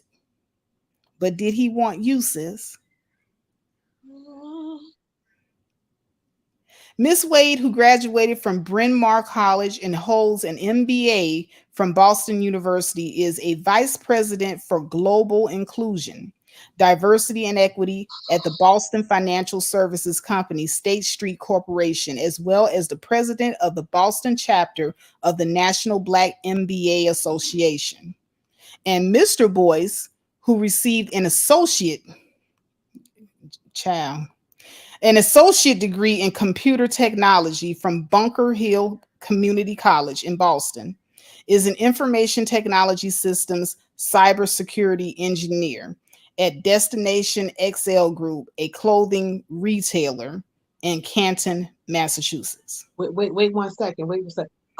Miss Rose, you said he was describing his future sans her. Shh, you making too much sense. Don't say that. You making too much sense. You making too much sense now. Yeah, according to her. Whew, child. Anyway, about a month after their first date in late June 2020, he asked her to be his girlfriend, not wife. Girlfriend. Oh. Wow, you know, these titles, these meaningless titles that we as Black women love so much. Well, you know what? Where's that I'm flattered? Where's the I'm flattered emoji? Because this is what they be acting like. This is what they be acting like. Hold on a second. I'm gonna find it for y'all. This what y'all be looking like when these men be telling y'all that they want y'all to be their girlfriends. Hold on a second. Hold on a second. I'm gonna find it. She certainly was a major come up. He found the lick. Listen. She was the prize. She was a whole lick for him. He was just like, okay. This what y'all be looking like. Oh, girlfriend. Oh, really? This what y'all be looking like. He asked me to be his girlfriend. Ooh. Right, diamonds and pearls. Right. Being a girlfriend is a scam. Salute the sophists. Yes. Being a girlfriend is a scam, child. But y'all flattered. Y'all are blushing. Y'all are smiling. Y'all glowing like, oh my God, he made me his girlfriend. Ooh. Ooh. Wow. That's what y'all be looking like. Oh, but Faith, it get better. Oh, this article get better. Go ahead. All right. About a month after their first date in late June 2020, he asked her to be his girlfriend. She agreed, but not before asking him to make it known that he was, as she put it, off the market. Soon afterward, she laid out a plan for their future together. She is doing a lot. She doing too much. She doing too much. Can you let that man lead? See, this is an example of women not allowing the man to lead. See, in relationships, you allow that man to say whether or not there's going to be commitment and whether or not there's going to be a relationship. If you're the one leading in that area, that man has not lifted a finger to make this anything solid or a commitment, honey, you are in that all by yourself. That is all you. She doing too much. But let me continue. She said, I'm going to need you to move in 6 months. She doing too much, y'all. Mr. Boyce said, I was like, what are you talking about? I barely know you. 6 months later, I was moved in. I'm going to tell you, she overbearing. Sis, she sounds pretty overbearing to me. You know, it remind me of that. It remind me of Aunt Esther and Uncle Woodrow's relationship on Sanford and Son. That's what it reminds me of. Yes. So by then, the two were engaged. Mr. Boyce proposed that December while they were visiting Barbados for the holidays. His friend and colleague, Wayne Austin, thought that the trip would be the perfect moment for a proposal. So much so that on his own, he bought an engagement ring for the couple. Mr. Boyce quickly paid Mr. Austin back. So wait a minute. He had to borrow money. Am I reading this right? So the homeboy on his own bought the engagement ring, but Mr. Boyce quickly paid it back. See, I like how they put parentheses on that, but I think that's cat. I think that So wait a minute. His homeboy pushed him into marrying her. Yeah, bought on his own, bought the engagement ring. Now, any man in his right mind would have been like, bro, what you doing? I'll get the ring myself. You let your homeboy get the engagement ring? Oh, so he allowing other people to run his life and to dictate to him what he got to do. Mm-hmm. That's what it sounds like. So your homeboy thought the trip would be the perfect moment for a proposal and not you. Your homeboy on his own bought an engagement ring for your wife. That don't sound right. That don't sound right. That don't sound right to me at all. Because my thing is, why couldn't you buy the ring? Why would your friend have to step in? Yeah, ice cream. I think him and his homeboy worked the scheme. Cause look, ain't no way no man gonna act, yo, I'll get the ring. You just pay me back. Bro, what you doing? Like I can get my own ring. And that's true though. They should have left that part out. They should have left that part out about that engagement ring. Like, keep that on the hush. If I was her, I would be ashamed of this article. I would be ashamed. But you know what though? Ooh, I just had an epiphany. Faye, continue to read. I just had an epiphany. All right. In April, Mr. Boyce and Miss Wade moved into a home that they built together in Randolph, Massachusetts, completing the first step of the shared vision through which they first connected. On July 23rd, they were wed before 117 guests in Stowe, Vermont, at the vacation home of Miss Wade's friends, Max H. Bazerman and Marla Felcher. Mr. Bazerman, after receiving permission from Vermont, officiated at the outdoor ceremony. As part of the wedding, the bride, who will be known as Mrs. Wade Boyce, and the groom each poured sand from beaches on their family's home island into a glass jar. Hers, which was black, came from Montserrat, and his, which was white, from Barbados. And that's the end of that article. Pouring sand in glasses. I caught an epiphany. All right, sis. All right, share it with us.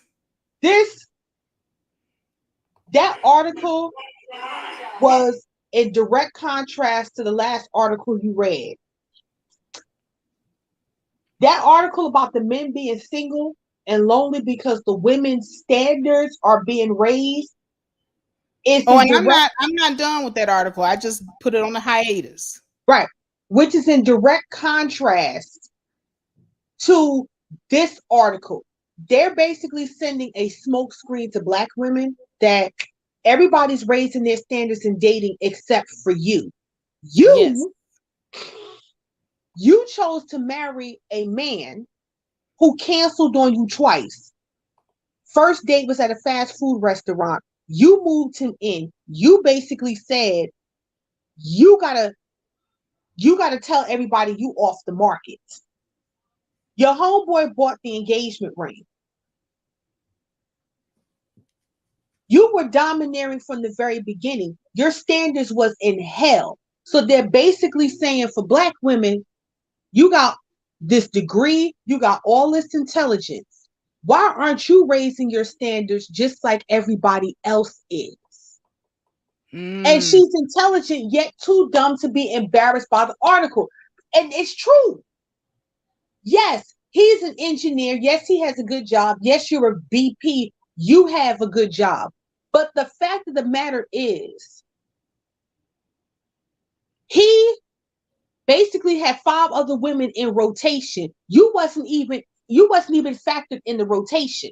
He canceled on you twice because he had other engagements. And then when he called you, you said, if you're calling to cancel, don't ever call me again. And then he had to scramble because his other rotations was unavailable. So he had to scramble. Well, shit. Let me just take her to a little fast food spot. And you accepted that. It's like, sis.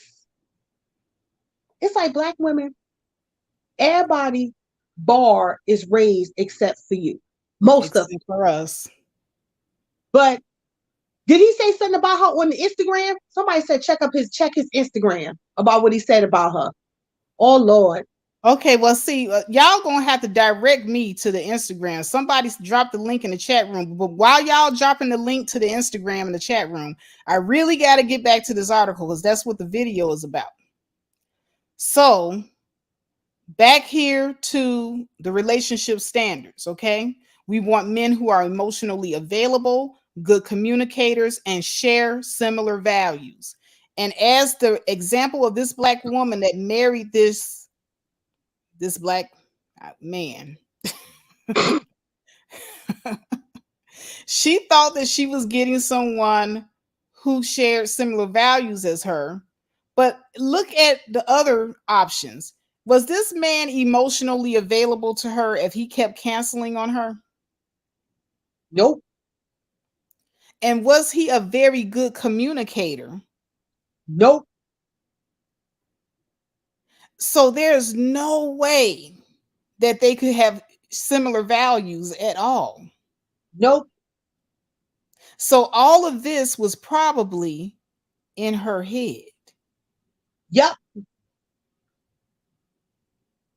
She wanted to be married so bad, and she wanted a man just so bad that she created a scenario in her head that this was a good match for her.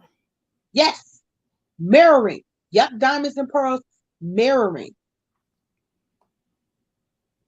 And the sad part about the whole thing is that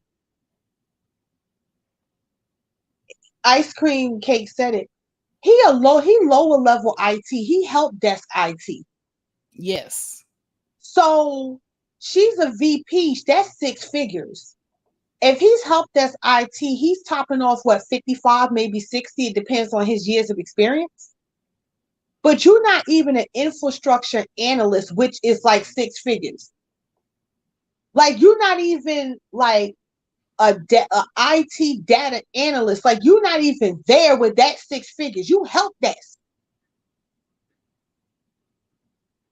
And I'm not, knocking anybody for employment, but it's like, it's like that J-Lo song when she first was dating Ben Affleck.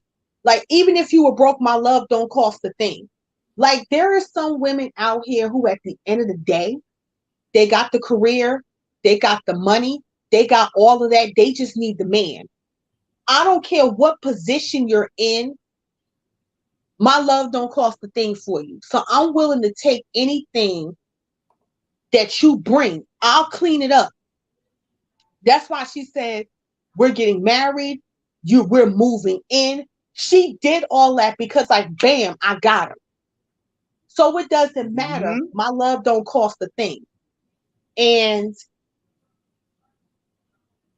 you have some women who think like that. Like, it's really not about the money. I just want you to love me. You complete the package. So I got everything now. The money, the career. Now I got the husband. You know what? You know what, Love Wisdom? In the words of T.J. Jakes, he was right about this one, y'all. Wake up, wake up, wake up, wake up, wake up, wake up out of your sleep, wake up out of your sleep, wake up, I command you in the name of Jesus, wake up out of your sleep, wake up out of your sleep. Yeah. Wake up. Wake up. Yes, diamonds and pearls. It's time to take out that deep conditioner. It's time to take it out. It's time to take it out. Shoo. Don't you better not show me no deep conditioner. I throw it in the garbage. Give me that leave-in treatment. I don't want no deep conditioner. That's how bad it is. Don't give me no deep conditioner. I want the leave-in treatment. Just put it on my hand. Let me go about my business. I am not sitting under that hot dryer. You are not finna teach me to be loyal to anybody who has not shown. You know what the funny part about this whole thing? I listen to some of these women when they talk about black love, black love, black love, black love. I say, y'all have not read and understood a thing Dr. Frances Quest Welsing told y'all. Y'all ain't understand a word she said. Dr. Frances Quest Welsing said a coward seed must die with it. That black women shouldn't be procreating with any black man that has not shown and proven himself to be a warrior and a provider. Isn't that what I got the book. I read the book. Yes. Yes. That's what she said. So That's what she said. How is it that still in 2022, you got the men are no longer hiding how they feel about you. The men are actually telling y'all and showing y'all where you stand with them. And you are still, we love you, we need you. Why buy the cow when the milk is for free? Y'all are confirming that they are the prize. Oh, that's the ice cream cake. That's the ISIS papers. That's the ISIS papers by Dr. Frances Quest Welsing. And more specifically, Black women heading in the 21st century. Because that book was written in, I think, 1970, 1971. And she damn near predicted everything that was that's taking place now in that book. She predicted all of that. It's happening right now. Like, this man, these men, if you even read that article, he canceled out on her twice. He was looking at her like, are you crazy? I don't even know you. You talk about marriage and you talking about he did not want her. She was not the women that he was out there chasing. That's what this is about. Right. The women that he wanted, they didn't want him. And then when he saw how much money she had, how much accomplishment she had, and what a fool she was, he said, you know what? When you see a fool, bump their head. There you go. Oh, he bragged about how he didn't have to take her on any fancy dates. But let me get back to the Psychology Today article because the third thing that they talked about was the skills deficits. And I want to get into that.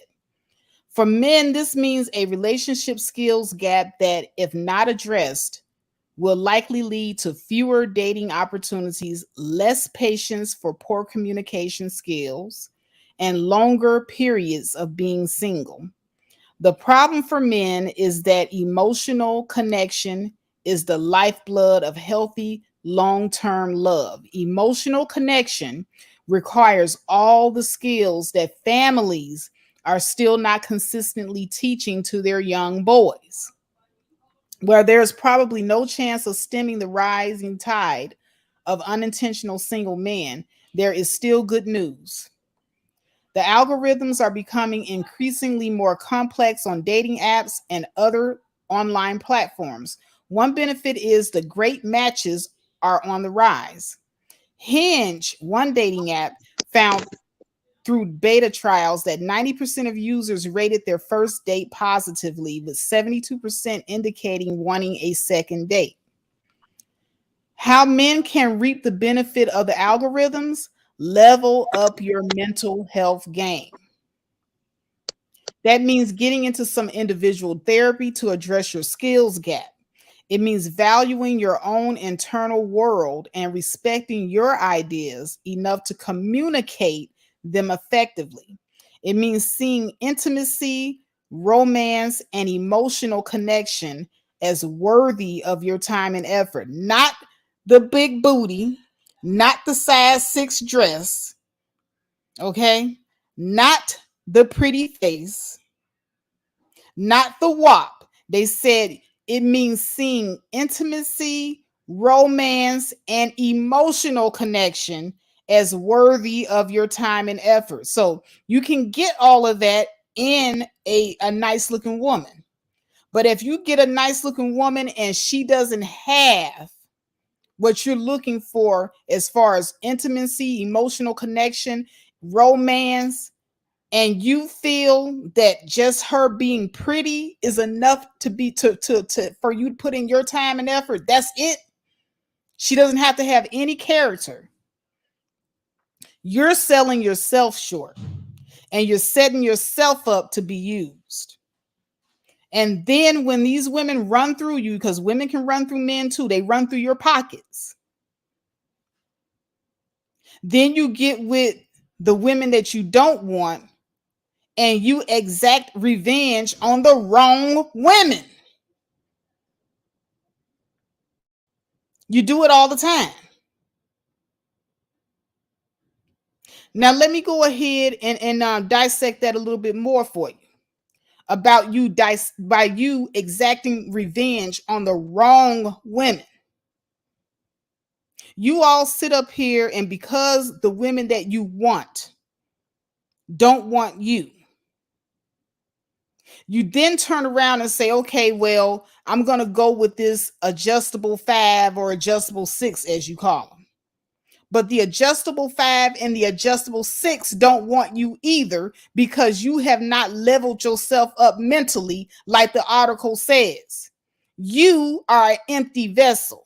You need to pour into yourself. And women, no matter what walk of life they are, whether they're a 5 or a 6 or whether they're a dime piece, if you don't pour into yourself, women are going to see that. And women have elevated their standards. They're not going to settle for you not knowing what you want, not knowing how to communicate it, not being emotionally available,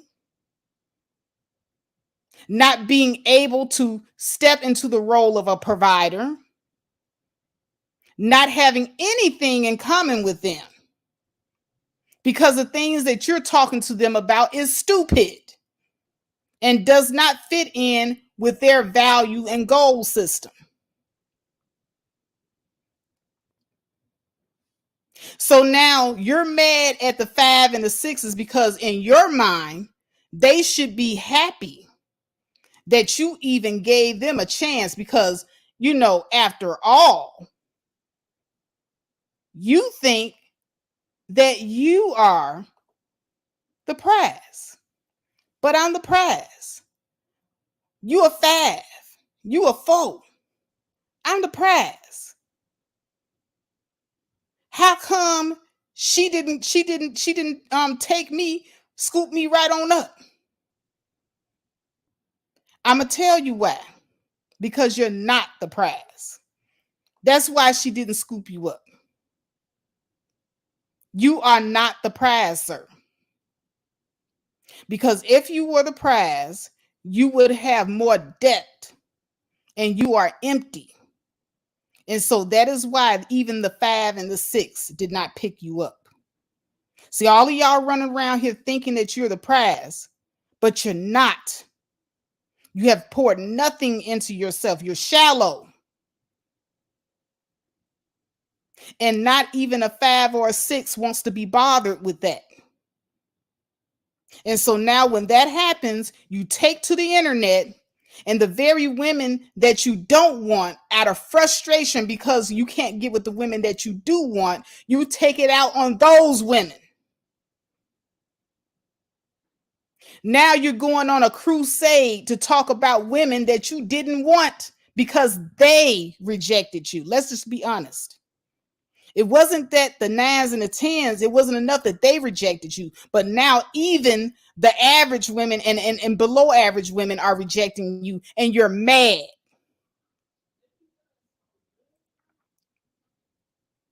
And so your focus is on the below average women because you want to lower their self-esteem, because how dare they reject you? That's what this is about. But I'm sorry, I went on a tangent. Love Wisdom, did you have anything that you wanted to add? Yes, real quick. Ice Cream Cake has the Instagram. We got the Instagram piece. Oh, okay. Okay. Let me go ahead and see if I can pull that up. I got to open up my YouTube. But while I'm doing that, go ahead and speak to the people. Now that last part about they can still have emotionally fulfilling relationships in spite generational trauma. And that has to be something that they have to do. Are they willing to do it? And that's a great question. Are men really ready to step up to the plate on an emotional level? I don't want to hear the excuse that men are logical. That is true. Men are logical, but men are also emotional as well when they want to be. If a man deems a woman as valuable, he will be logical and emotional towards her. If you want a fulfilling relationship, you have to be all in. Nobody likes their time wasted. The dating scene does not have to be complicated. It's complicated because people are complicated. When Faith was playing the initial video, the reporter was like, yeah, because some of these men are in relationships. Yes, a lot of these men on these dating apps are in full-blown relationships, including marriage. And they're on these dating apps playing the field. And that's very dangerous as well, because let's just say that woman starts to catch feelings for you. You certainly cannot give that woman your all because you're entertaining a committed relationship. So why would you be on a dating app and you're in a committed relationship or marriage? That's the type of games that's also being played as well. You know what I mean? You got to set your intentions clear with people. You're dealing with people too who are not well, okay? They're not well mentally or emotionally. And they come into the dating scene, they're ready. They're ready to at the very least have some sort of communication. They probably went to therapy, and the therapist probably said, look, give dating a try. And they try. And then you get somebody, they're in a relationship, or somebody that's not serious about it. And guess what happens? Time is wasted.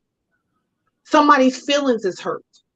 So men have to want this just as bad as the women do.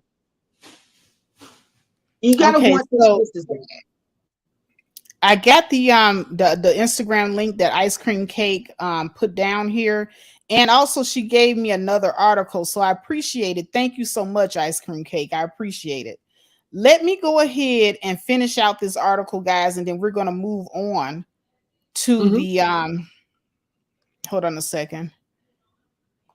We're going to move on to the Instagram that Ice Cream Cake so graciously shared with us. So it says, hold on a second. I think I read that already. Okay. Communicate effectively. All right. So ultimately, we have an opportunity to revolutionize romantic relationships and establish new healthy norms, starting with a first date. It's likely that some of these romances will be transformative and healing, disrupting generational trauma and establishing fresh culture of admiration and validation. Men have a key role in this transformation, but only if they go all in. It's going to take that kind of commitment to themselves, to their own mental health, and to the kind of love they want to generate in this world. Will we step up? So that's the end of the article. And he's calling for men to step up. He's saying, will we step up? So I'm going to stop sharing and we're back, sis. So what do you think about the call to action? I think the call of action is warranted. You know, as I said before, the men have to want this just as much as the women. You know what I mean? Yep, that is true, Ice Cream. He's getting death threats because of this article from men. So, you know, the men are threatening him now because he's calling them out. So you have to want it as much as the women do. I'm sorry. I'm sorry. It can't be this one-sided thing where the women have to figure out how to be in a situation. Like, no, it has to be an equal give and take. I think women have contorted themselves. We've contorted ourselves too much in these connections. We've done too much. Like the men, if you want to be in a committed and loving relationship, then you have to do the work. It's always been about women. Y'all got to do the work. Y'all got to do this and y'all got to do that. It's like, no, what are you guys going to do now? What are you guys going to do? And the more y'all play around and the more y'all stall, you know, you're going to be lonely because nobody's going to put up with it. And they shouldn't. You know. All right, so they're saying that they're threatening him by email, and he's made a video about it and everything. So if anybody has a link to that email and that video about him being threatened, please drop the link to that, because that is amazing that men will sit here and rather than work on yourselves, you're going to become violent towards the man that is telling you what it is that you need to do in order to get women to bust out of being lonely and losers. Yeah. You guys are threatening this guy. That's crazy. But now I do want to go over to the Instagram post. This is disgusting, by the way. I looked at it and I got completely turned off and disgusted. Okay, let me go to the Chrome tab here. No, while you find it, so Q Savage said juice not worth the squeeze. I mean, you're entitled to feel that way, but women, we feel the same way too. Like the juice ain't worth the squeeze. Like y'all believe that we not worth putting up with, and we believe the same with y'all. Y'all ain't worth putting up with. That's why women are just like that. That is exactly why women are not entertaining you guys. Right. Like the article says that you are lonely. It's not saying that we're lonely. The article says that we have options. We're not lonely. Yeah. Hey. But look at this. Okay, so his name on Instagram is SS_forever begins. Oh, and Lord. He says, met on at Hinge. The rest is history. No pressure to take her on any fancy dates or to expensive restaurants. Just good old conversations and alignment with our goals. So this article is very suspicious that this comes out. Like you said, Love Wisdom is very suspicious that this comes out after that article. It's a smoke to me. It's a smoke. It's a smoke screen. It really is a smoke screen, and it is almost not almost. It is trolling black women. It is really like, so y'all didn't get the message, huh? Y'all didn't get the message. The bar is still beneath hell with y'all, huh? And he's sitting up here like, there was no pressure to take her to no restaurants and nothing like that. Clearly, it was no pressure because she stood her ground for like 30 seconds and she just moonwalked it back. If he would have been, oh, you can meet me at 5 minutes at KFC, I'd have been like, nigga. But you know what? She'll be the type of woman that'll be running up online talking about something, because the women are going to sit up there. I know a lot of women have told her that, hey, hon, you being used. This was done out of desperation. And she's going to wag her wedding ring in everybody's face. As married now, it worked.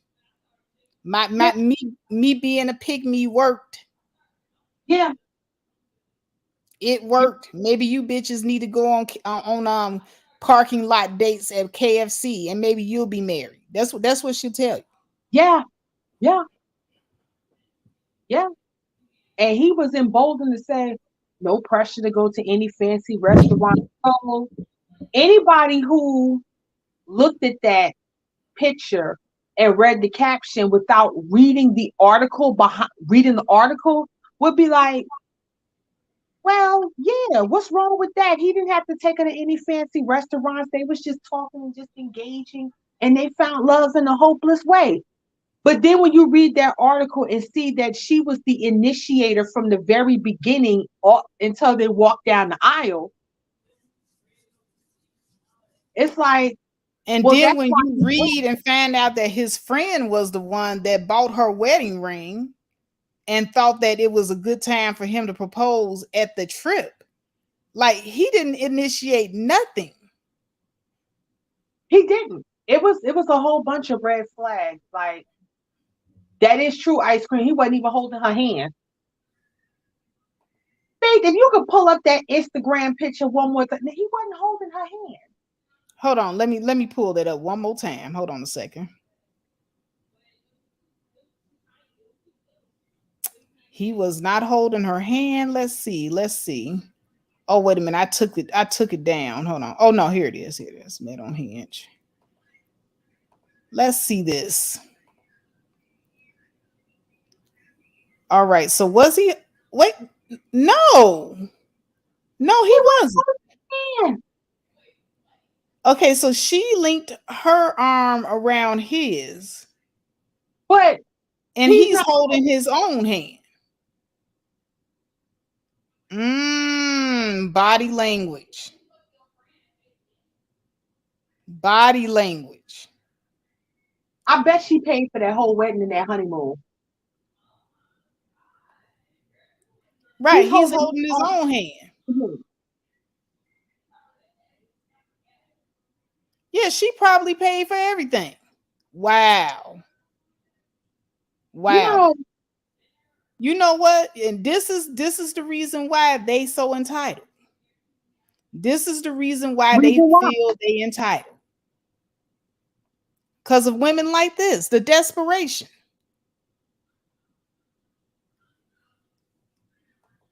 She waving her bouquet in the air like she got a trophy. And he is holding his own hand. But so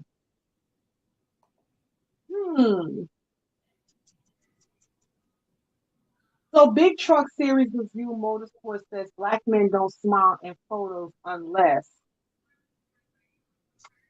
Well, they don't smile in photos when we talk about weddings unless they're actually in love with the person that they're marrying. or married to at this point. He's not smiling. No, he's not. He's not you know, you got that little smirk for the camera, but he's really not smiling in that picture. But she is skinning and grinning. Exactly, Big Truck, unless they're genuinely happy. Yes. And in this picture, he's not happy because if you read that article, when she said, so in that article, he wanted to take it slow, but she was just like, no, you're going to move in with me in 6 months, we get married. And he's like, I barely know you. And it's just like, so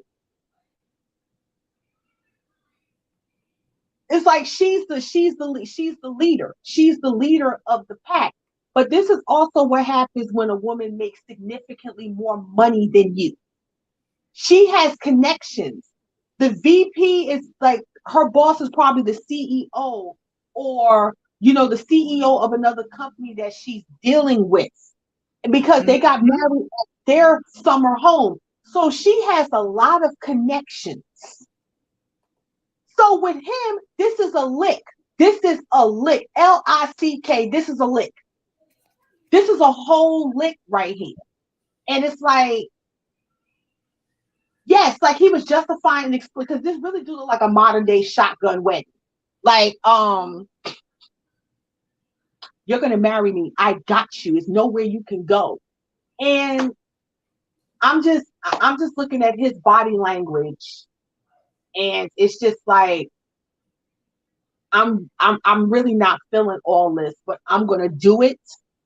I'm gonna do it because number one, I found the lick. And it also shows desperation, and it's like she wants me, so she's gonna cater to me. Thus, why these dudes be walking around here entitled, because they know it's gonna be a woman that's gonna be on their Destiny's Child. Let me cater to you. Let me iron your t-shirt. Mm-hmm. So they know this, and they're gonna become entitled. I agree with you, Q Savage. That's on her.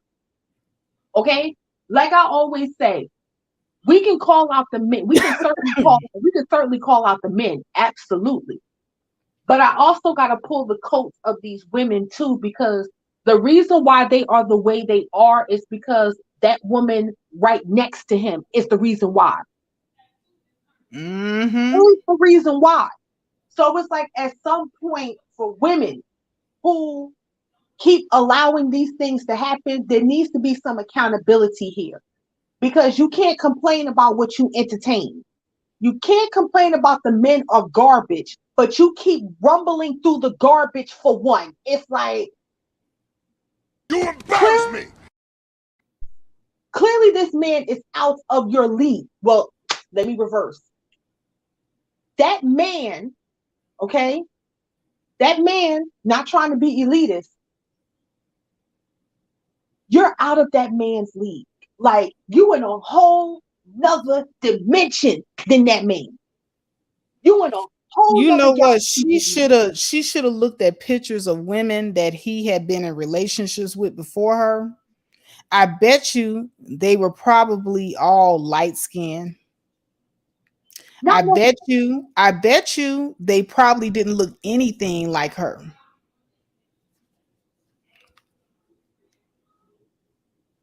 Wait a minute. I find it amazing all these black women are finding these so-called losers that cannot provide food and shelter to get impregnated by. Q Savage, these men are all over the place. Q Savage. They're all over the place, Q Savage. It's just that black women's self-esteem is below hell. It's beyond hell.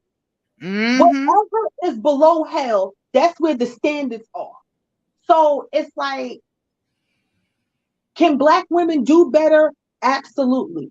Are black women trying to do better? Yes, they are. But you still got this group.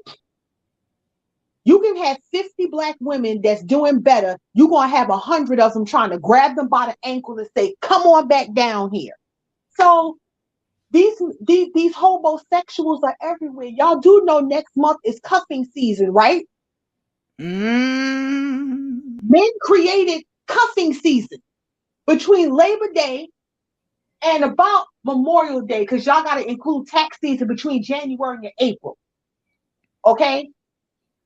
It's cuffing season after Labor Day, where these women once again are going to compete for these men's affection, because you know it's getting a little cold now. They need somebody to warm up to.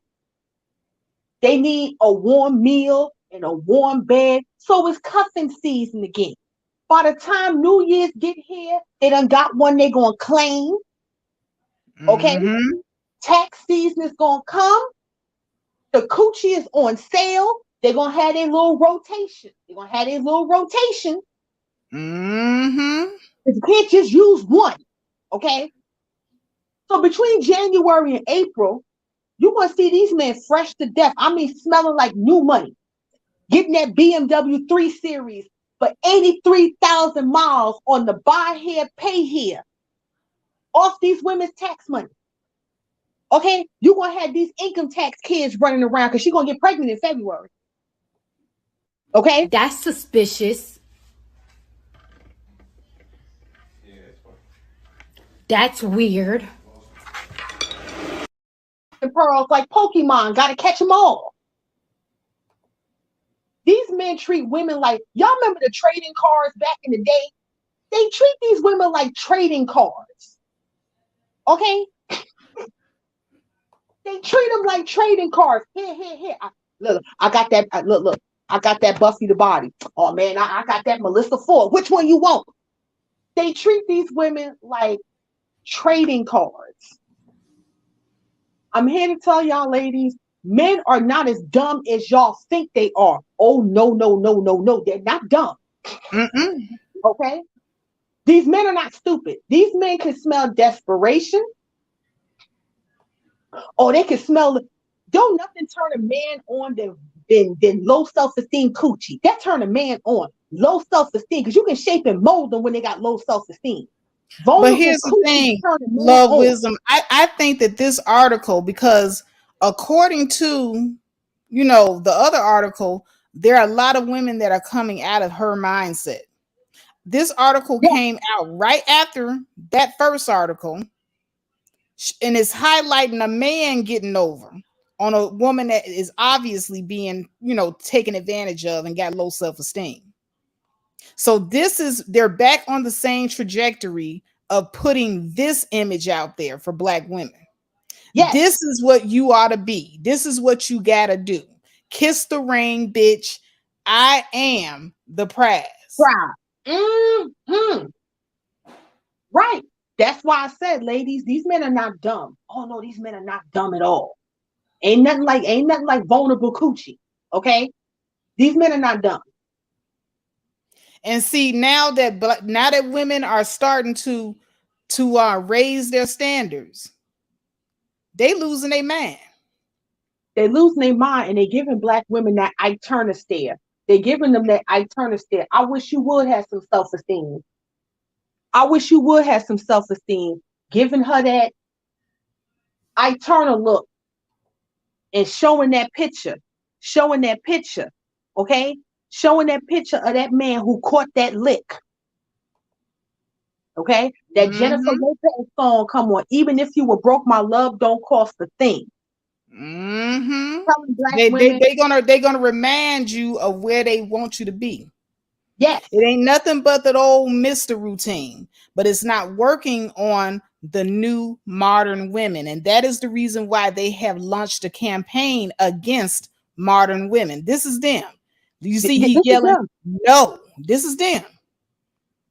Modern women are their biggest threat. Yeah. The biggest threat, because the thing is, wait a minute. These Black men are falling back, not being bothered with y'all. These are the guys that are not doing production. Q Savage, stop capping. Because as much as you go up and down these YouTube streets, these men be in women's panty lines all day long. Stop capping. 24/7. Because if these men were really investing in themselves, they wouldn't be having such a bitch fest about women that don't want them. Men with money and resources are not online complaining all day about women that don't want them. In the words of Nino Brown, cancel that chick. I'll get another one. All right. So stop capping. Stop capping. These dudes been talking about women for damn near 15 years on YouTube and ain't moved not one iota. Just a whole new generation of saying the same thing over and over again. If y'all not bothered by us, then stop talking about us then. Make your money, invest in yourself, go get Why the are woman there that you so want, many go be happy. videos? Why are there so many videos online with you all complaining about modern women? All the time. What is it that modern women are doing that makes you want to go online and complain so much? Modern women want education. Modern women want their own careers. So you guys are angry because these women have sense. You're angry because these women have money. And you're angry because these women are not desperate. And they don't have to bow down. Yeah. But it's like what was said earlier. These men don't want the cheerleaders that's cheering for them. These men want the women that don't want them. So it's like, you know, this couple right here, you know, this is what y'all want at the end of the day. You want a woman y'all want a modern woman with low self-esteem. That's what you want. She's considered a modern woman. She got her own money. She in a beautiful career. She doing her own thing. But look who she married though. He got a whole lick. How y'all say City Boys up 5,000? Shoot, City Boys up 10,000 right there. That's a whole lick. That's a whole lick. She's skinning and grinning. And he just like, whatever. Oh, but Q Savage, most black men do care, but y'all do. If y'all didn't care, there wouldn't be all these videos about modern women this, modern women that. Every time you guys get together to allegedly try to solve problems for yourselves, it always turns into it's the black woman fault. Y'all blaming black women, don't want to take no accountability, don't want to do any work on yourselves. The article says in order for you guys to get what you want, you have to pour into yourself. But the only thing you care about is what these women doing, what they not doing, what you can't get them to do. Yeah. That's why I said I'm saying men, but Q Savage still in the real world, they do the same thing in the real world too. Like, y'all, people love to separate, oh, what's going on YouTube don't go on offline. Yes, they do. You want to know why? Because the people online are the same people offline. So their mentality online follows them offline. It follows them offline. So yes, there's no difference between the YouTube world and the real world. They both coincide together. These articles are written up not just for the men online, but it's also written for the men offline. Because they take these relationships and these conversations offline. Thanks. So it's in the mentality. You know what I mean? If that's not who you are, then great.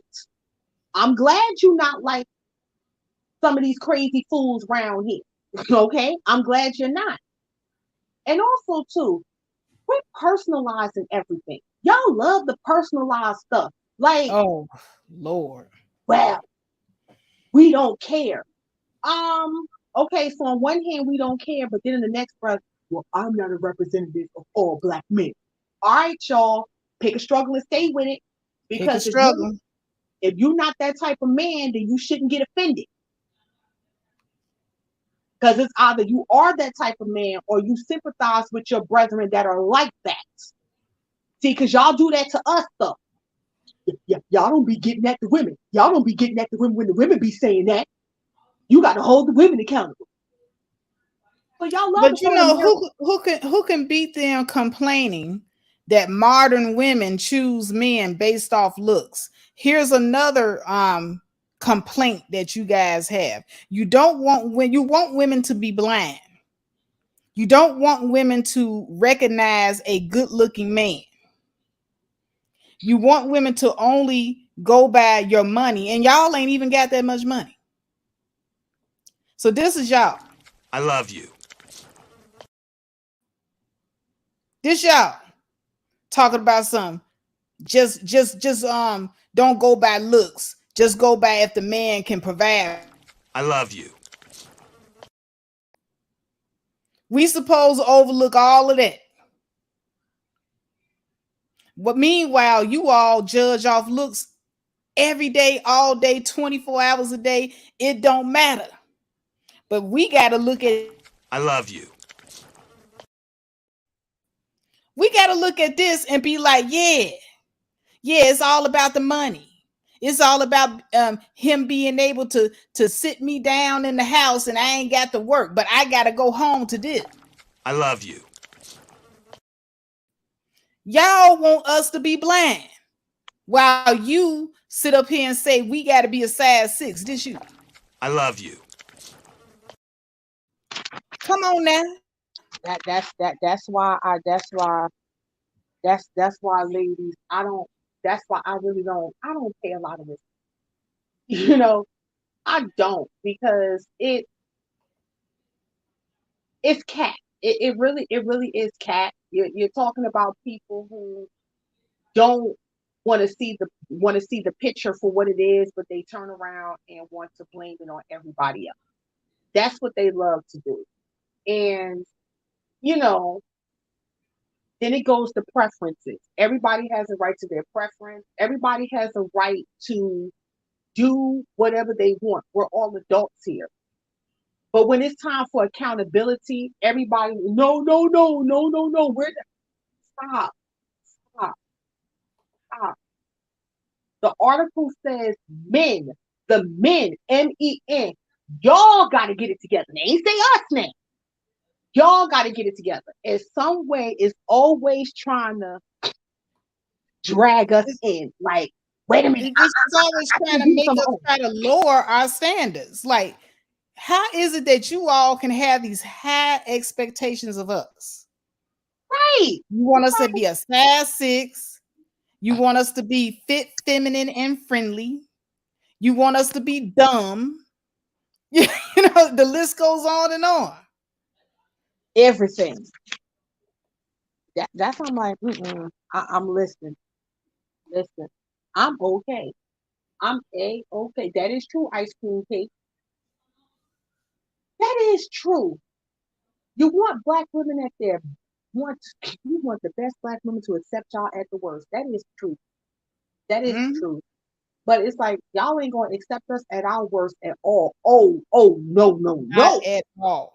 Not you know, I was having a conversation about that with a friend, Love Wisdom. I was talking about how black women have notoriously for years and years and years, we were on build a man mode. We would take them at their worst and we will pour into them when they would not even pour into themselves and elevate them. And they turned around and shitted on us every time. When do you see a black man say, you know what? I see the potential in her. Now she a 3. She don't look all that good, but I'm a pour into her. I'm gonna put her in the gym. I'm gonna buy her the vitamin supplements, and I'm going to help her lose that weight to get to be that size 6 that I want. When's the last time you seen a black man doing that? Few far and in between. When was the last time you saw a black man say, you know what? She got a little future behind her. She got the nice booty and the hips. All she got is that fupa. You know what? I'm going to pay for her to get the tummy tuck. I'm going to pour into her. I'm going to get the hair done, the nails done. I'm going to upgrade her wardrobe. When was the last time you seen a black man doing that to us? Few far and in between. Few far in between. Few far in between. Sis. I don't see it, but I have seen black women payday loans, 401k, credit union loans to pay for them to go to school, help them fill out job applications, all that good stuff. Oh, look at this. Look, you see that? Why do that for? She gotta want it for herself. See, ladies. I tell y'all, don't argue with these men. Y'all, don't argue with the men then. Don't argue with them. Don't argue with them. Just read and soak it in. Let me tell y'all, men are not that dumb. Why do that for? She gotta want it herself. Now you Negroes will come to us dirty, dusty, broke, no ambition, no get up and go, and we will sit up here and literally build your ass. We will pull the fuck into y'all. We will pay for y'all to go to school. We will invest in y'all business. We will want it harder than you. But see, that's why it goes back to Q Savage's point. Why do that for? She has to want it for herself. See, now you got to flip it. Mm-hmm. Why do that? He got to want it for himself. Mm-hmm. That's what I'm saying. That's it. See, it's called self-improvement. That's y'all fault. Y'all entertain these men. And you know what? He's actually right. Yes, it is. He's actually right. It's the women's fault for entertaining these men. And see what happened is, we done spoiled these men for so long. We done spoiled them. Okay? We done spoiled these men long enough. We have entertained the dreams. We have spent money. We have gained weight. We look 15, 20 years older than what we look because we stressing back and forth. Okay? Now that we have cut off the illegal cable, we done cut off the illegal cable. We have removed the satellite. There's no more NFL ticket. There's no more NBA ticket. We have removed the PS5. We have took all of that out the house and said, hey, you got to want it for yourself. It's called self-improvement. We are no longer entertaining. The cable company is closed. No more entertainment. Yes. No more.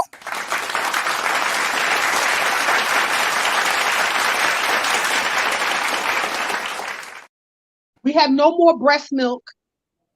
We have no more food in the house. The bed is cold. Y'all have ripped through the sheets. The water is turned off. You know? Hey. So why get mad? Get up and compete. No, Q Savage. No. Faith, can I cuss for just 30 seconds? Just cuss for 30 seconds. Because I want go ahead. You got the flow. Q Savage. No. Why don't y'all get y'all black asses up and compete with other men? That part. Okay? The article says the men to work, the men to get it together. It's always compete with other women. We already doing that. You get your ass up and you compete with other men instead of getting your ass beat figuratively and literally by them. And I hate to be mean when I say that, but that pisses me off with that's the only rebuttal. Why don't you compete with other women? Why aren't you competing with other men? You complain about other groups of men just as much. Why aren't you competing with other groups of men? Where are our cell phone companies? Where are our hospitals? Where are our businesses and conglomerates? Huh? Where's our Google and Facebook and Instagram? Where's our version of that? Where's our version of that? You talking about competing with other women for what? For nurturing and love from y'all, when y'all made it very clear that we're the least desired, we're ugly, all of this stuff, and you want us to compete with other women for you, but you won't compete with other men for yourself. The white man writes your checks just like he write my checks and other women's checks. To pay my rent, I gotta go to the white man. For the electricity, I gotta go to the white man. For my car note, I gotta go to the white man. For my car insurance, I gotta go to the white man. Everything, you gotta go to the white man or the Asian man. Can I go to y'all for anything besides a headache and aggravation? Can I go to y'all for anything? Thank you, Ken Hyde. We need to sharpen each other, not compete with each other. But no, we're not competing. We're not competing with each other for y'all. I need y'all to compete with other groups of men like y'all supposed to.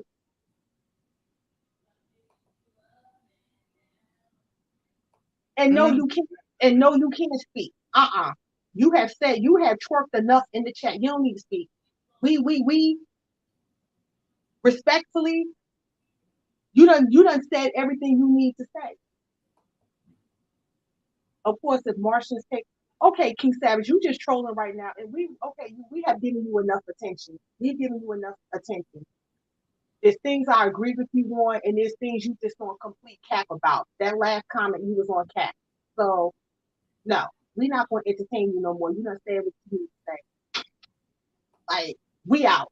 Arrivederci, we out. Oh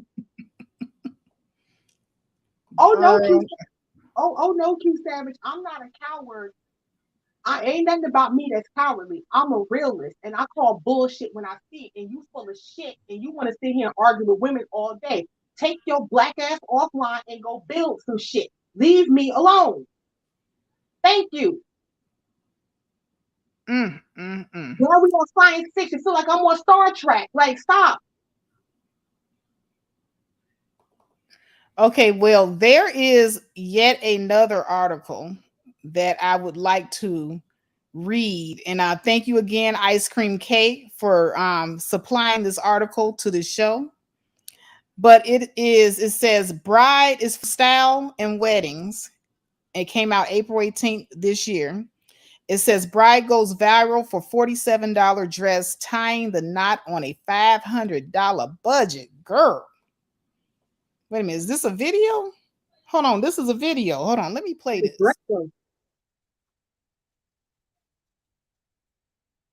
One couple's wedding that's going viral with almost 1 million views, knocking down the nearly $30,000 national average cost of a wedding to just $500. Eva Pilgrim is here.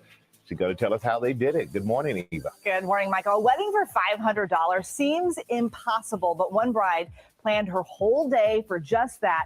She never set the budget. She says she focused just on one thing, not going into debt. Kiera and Joel Brokenbrow had a plan in place for their wedding. Our goal was to just be as minimal as possible and to spend the least amount of money as possible. And they did just that. The whole ceremony cost just $500. A lot of people gifted us things. Like my godmom, she gifted us flowers. My sister gifted us a runner. My god sister and my auntie gifted us with a cake. Weddings can cost a fortune. The national average, close to 30 grand. And in Kiera and Joel's home state of California, the average is even higher. Dress is check. So how did Kiera pull it off? She started with the dress, which cost just $47. I didn't want to spend a lot of money on a dress because I had the mindset, I'm going to wear this one time for a few hours. Then she found the perfect location right off the freeway, keyword being free. And for the reception, guests paid for their food and drinks themselves. The people we had there, they understood the assignment. They understood the things that we were trying to do, and they really supported us. Kiera hoping their wedding on a budget serves as a reminder to other couples thinking of taking the leap themselves. You have a wedding with witnesses there to witness you vowing to your spouse, vowing to God that you guys are going to stay together for life. And then you celebrate with food, drink, and dance. And that's exactly what we did. Okay, so a lot of people have been asking, how did she get that wedding dress for less than $50? She bought it online, and because she's really tall, she actually didn't need any alterations, which also saved her a lot of money because alterations can add up quickly, Michael. And what saved a lot of money was guests paid for their own food and drinks. Well, and a lot of her friends and family gifted them things for the wedding. So she also said she couldn't have done this without the support of her friends and family. $500, that's quite the accomplishment. Yeah, and that's love when they chip in and help you out. We really appreciate that, Eva. Great advice for so many people out there who are getting married. All right, so that was the video, guys, and pretty much the article is mimicking the same thing as the video, so no need for me to, I can rest my vocal cords because I don't have to read this article. I'm going to stop sharing right now. Wow, your thoughts? Well, I think it was, I agree with Ice Cream Cake. Off the highway, one bad driver. I think she pulled it off beautifully. I think she did, being as how that was very dangerous, the way that it was on a cliff like that, anything could have happened. But it turned out to be beautiful on a budget. So I give them kudos for that. I was just like on the cliff, and if it was just one bad driver, it would have been over. But again, she was able to pull it. She was able to pull it off for $500. The family and friends understood the assignment. So I felt as though there was nothing wrong with that. I was just a little fearful because they had it on a cliff. I was just like, oh my God. But I think she did great though. Yeah, I don't have a problem with this at all. I thought the location was actually kind of charming. You know, they had a whole mountain view. And I know a lot of people said that it was dangerous, but I doubt that. I didn't see any cars parked over there by the cliff. So I guess maybe they parked like maybe on the off ramp, and then they set up, you know, like on that little area on that cliff.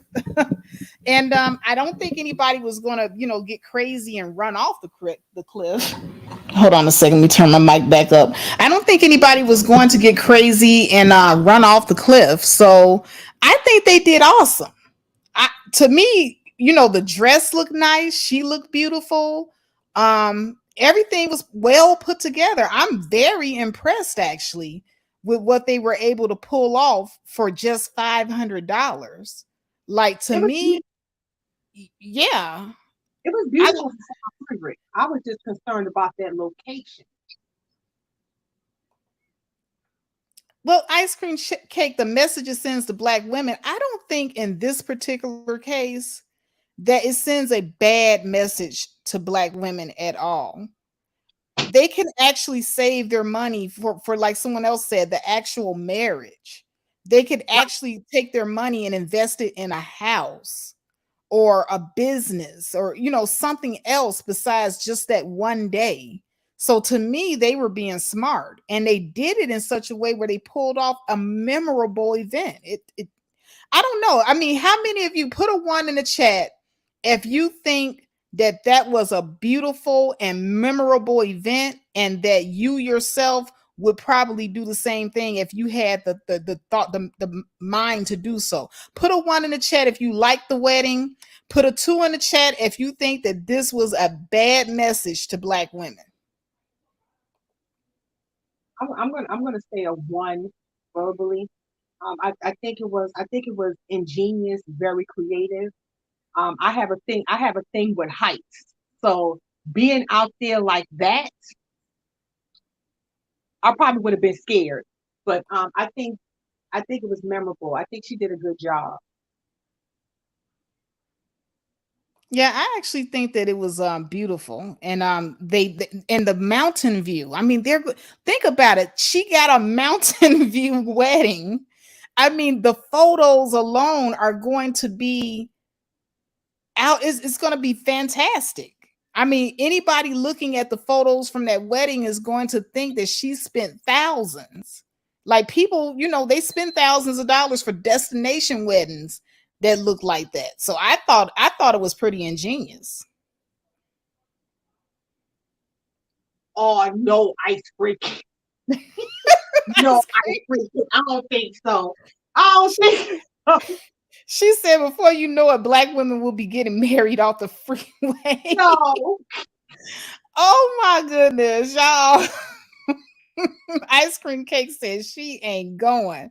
So okay, ice cream cake. There's actually a show that comes on, I believe it comes on BET or Oprah Winfrey Network, but it's called Wedding or I think mortgage or wedding. So if you had a $50,000 budget and the wedding planner gave you the wedding of your dreams, you can either have the wedding of your dreams for $50,000 or a real estate agent found the house of your dream for $50,000. Which one would you pick? Would you pick the wedding or the mortgage? So that's an actual show. So in that case, I'll pick the mortgage. I pick the mortgage because if you get the house of your dreams, especially if you have a beautiful backyard, you can get married in the backyard. Absolutely.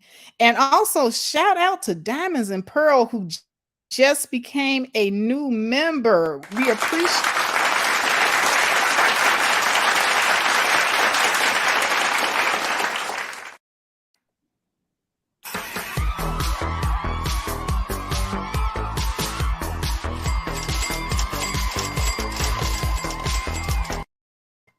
All right, I'm done, y'all. I'm done.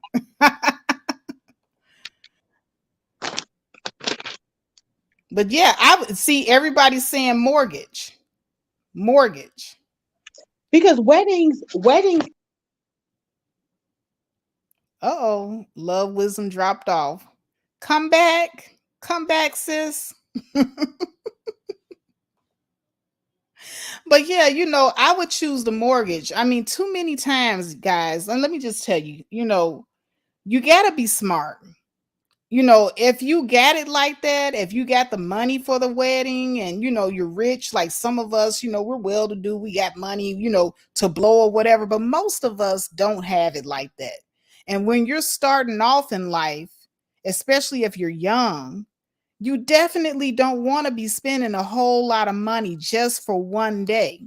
Like I have to even give parents the side eye when they are like struggling and they have a daughter that's going to prom and they're spending all this money on prom stuff.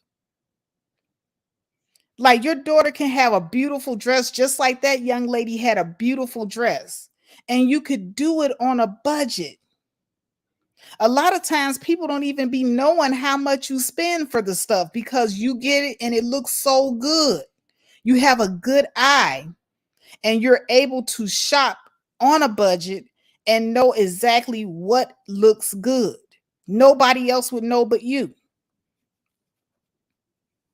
So you got to be smart. If you don't have the money like that, that you're, kind of struggling, you're starting out in life.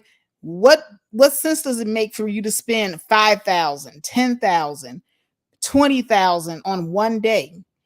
$20,000, that's a down payment on a house, guys. That's money that you could use to invest in something that will appreciate over time.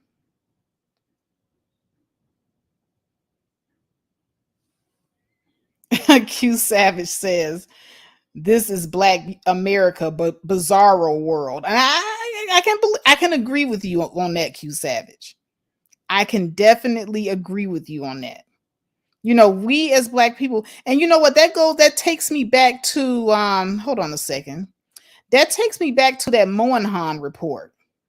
Now I had done a live stream about it and I accidentally deleted it. But the Moynihan report pretty much says the same thing, guys. We have been oppressed for so many years.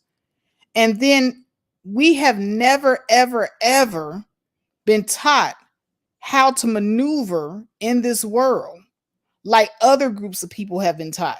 Other groups of people, they have a country, they have a culture, and they have been taught to value the things like marriage and family, things that we in Black American culture, like Q Savage said, bizarro world, we don't value, we don't uphold. Black men do not talk to other black men about being husbands, but they will get online and they will talk to black women about being wives.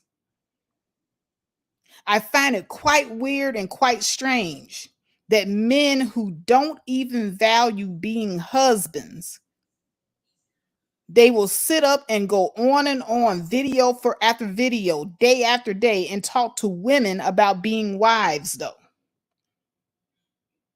So now imagine this in bizarro world, as Q Savage would call it. Black men get black women to be these perfect, submissive, fit, feminine, and friendly wives that they want. But they don't know how to be husbands. They don't value being husbands. They're running around here talking about let them cheat in peace.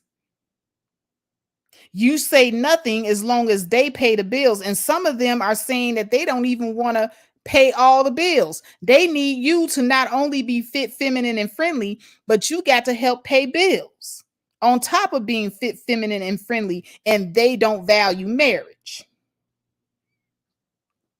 Okay, I understand, Love Wisdom. That's fine. But thank you so much for coming up. And everybody, let's give Love Wisdom a round of applause for being a great co-host today on my show. I really appreciate it. Thank you so much, sis. Let me go ahead and give you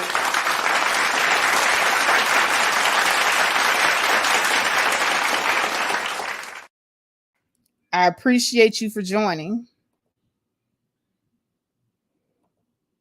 So what I'm saying is this: in bizarro world, black men will sit up here and want the best of the best, but they are not the best of the best. And that is going right back to that article, where the article is calling you to pour into yourself and make yourselves the best of the best so that you can compete. Because women are looking for men that they can communicate with, that's there for them emotionally, and that they share values with. And we're not wavering. We're not wavering on those things.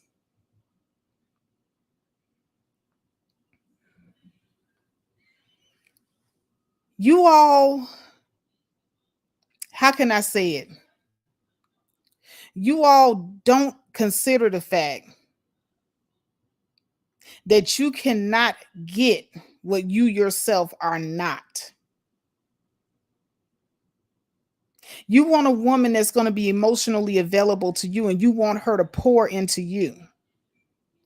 You know, there is such a thing as creating a deficit. And you have to look at it like that. Look at it as this woman is like a bank account, a savings account. If you put nothing there, when you get ready to take something out, she's not going to be able to pour anything back into you, is she? Because you poured nothing into her.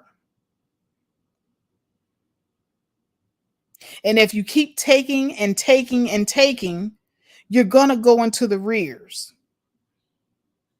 You're going to rack up over limit fees. You've gone over your limit. And a lot of you black men have gone over your limit with black women, especially. You've taken and taken and taken. You said, oh, well, I'm going to get you pregnant, but I'm not financially able to take care of any children. So while I'm getting you pregnant, you're going to have to take care of my kid while I figure it out. But I'm going to figure it out in my own time. I don't have a time frame. I don't have a plan. I have nothing. But I have you. And I'm going to tell you what to do. And you want to dictate to the woman while you're not in a position to dictate anything. So you're creating these deficits. And then so the woman is sitting there still standing by your side, dumb, stupid, like a lot of us are, still sticking it out. Then you go out and get another woman pregnant, and you come back to your first family and tell your first family, well, I'm just out here doing me. Here's my outside baby. And when I bring my outside baby here, my outside baby better be welcome. And you accept this outside baby. This is what you all have put us in a position for. But you want to sit up here and you want us to take it and take it and take it as you take away from us. You don't pour into us, you take away. When you do these things, you're taking away from us. You're killing our spirit. This is the reason why wives, women who are married to you all, die sooner than anybody else. This is the reason why Black women who are in relationships with you for a long term, if we're with you until we get older, we die faster than any other women because you guys suck the life out of us with all of these unreasonable expectations, and you pouring nothing into us, but you're constantly taking, and you are in the rears.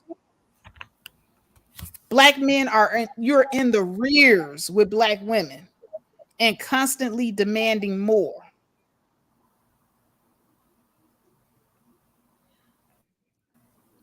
Yes, Ice Cream Case says, want to suck the life force and not pour back.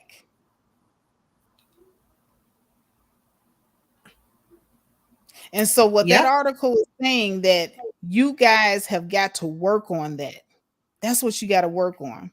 No woman is going to see, women are getting smarter. See, unlike that other article where that woman was dumb, the younger generation of women, they're not like that. That's the reason why you're complaining about the modern women, because you see that the Zennials and the Millennials are not going. That woman looks like she's probably what, a Gen X or older millennial. No, she's an older millennial because I think she's 34. Yeah. And see, the older millennials and the younger Gen X's, our self-esteem is on the floor. They did a number on us. They did a number on us. Our self-esteem is on the floor. And like Amiri said, women with low self-esteem are easier to control. See, she thinks she's in control. But little does she know, she's the butt of the joke. He's getting the last laugh. And all of her money that she pours into him, like someone else said earlier, he's probably going to pour that into one of his preferences. And when he gets to where he wants to be, watch he leave her ass for what he really been desiring. See, it doesn't work when we take the lead. Doesn't work.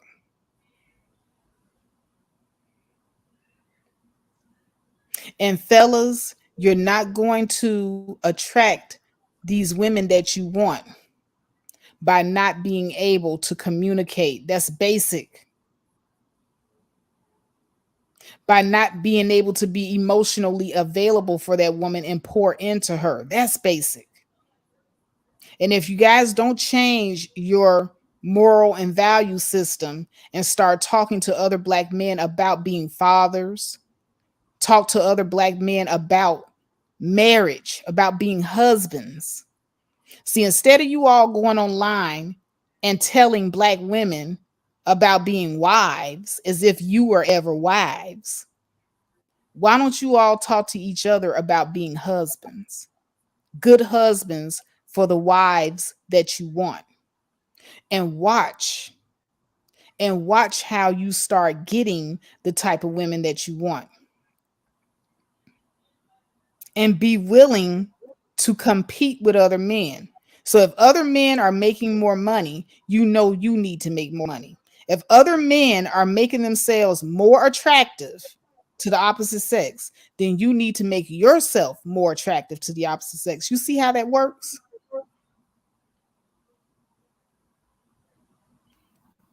So if you want to attract something that you are not, you're going to have to become what you want to attract. Right. Right. That article was really a call for men to get your shit together. It's not the women. The women are up in their standards. We had to go through trial and error. We had to hold ourselves accountable. We had to do the work. And that's why our standards have risen, because we did the work. You have to do the work. It's no more about us competing with other women for you. No, we're not doing that. Because all that competing against other women, that's just a game for y'all. That's just entertainment. Because you're not going to pick those women anyway. It's just something for y'all to pass the time. But no, y'all got to do the work. And for each time you don't do the work, well, you're going to be single and you're going to be lonely. That's the bottom line. You got to want it for yourself just as bad as that woman does. You complain about, oh, we can't find no good women. Ain't no good women out here. No, they're out here. You just don't want to do the work to get them. Just like y'all say, we don't want to compete for y'all affections. Nope. No. The day to Geechee is over. We're not competing no more. The only competition we see is what we see in the mirror every morning. That's our competition. And if any woman decides she wants to compete against another woman to get the attention of a man, you already lost, because 9 out of 10, he's not going to choose you anyway. While y'all fighting, yelling about pretty privilege and all of this nutty stuff, he going to turn around and choose the exact opposite of what y'all fighting around here for. He always does. Mm-hmm. He wants you to be fit and trim. He gonna marry a woman that's built like a beer keg. It happens all the time. So you did all that for what? Exactly.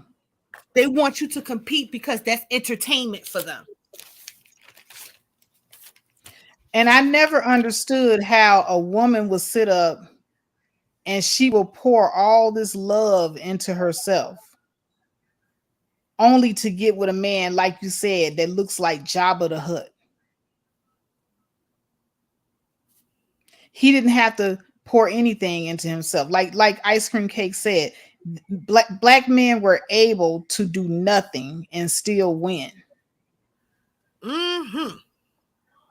And they convinced us that they were the prize, even though they poured nothing into themselves and they weren't a prize at all. Yeah. Yeah. That's the sad part. And it took a lot of Black women a long time to realize that. That's why I give Black women grace. I know there's some Black women, you just got to be like, okay, sis, until you get it, you got to stay over there. All right. Because I don't need you disturbing my peace. But I give Black women grace because it's the deep conditioning treatment that we've been dealing with. And that's generational. That's generational deep conditioning treatment, because you see your mothers do it, your grandmothers do it. You've seen that and you thought that was the right thing to do. Mm-hmm. Now that you're older, it may have happened to you, it may have happened to your friends, but you've seen enough to say, I don't want this for me. I don't want this for me. And that's why you're seeing more and more Black women coming out of that cocoon. Like, I don't want this for me. I don't want to be tied down to compete. I don't want to be tied down to that stuff because it don't mean anything. Am I going to get chosen at the end of the day? Maybe, maybe not. But I'd rather gamble on myself and my happiness than to gamble on somebody choosing me or not. Absolutely. So, well, girl, it's been 3 hours going into this show, but I just wanted to say thank you to everybody.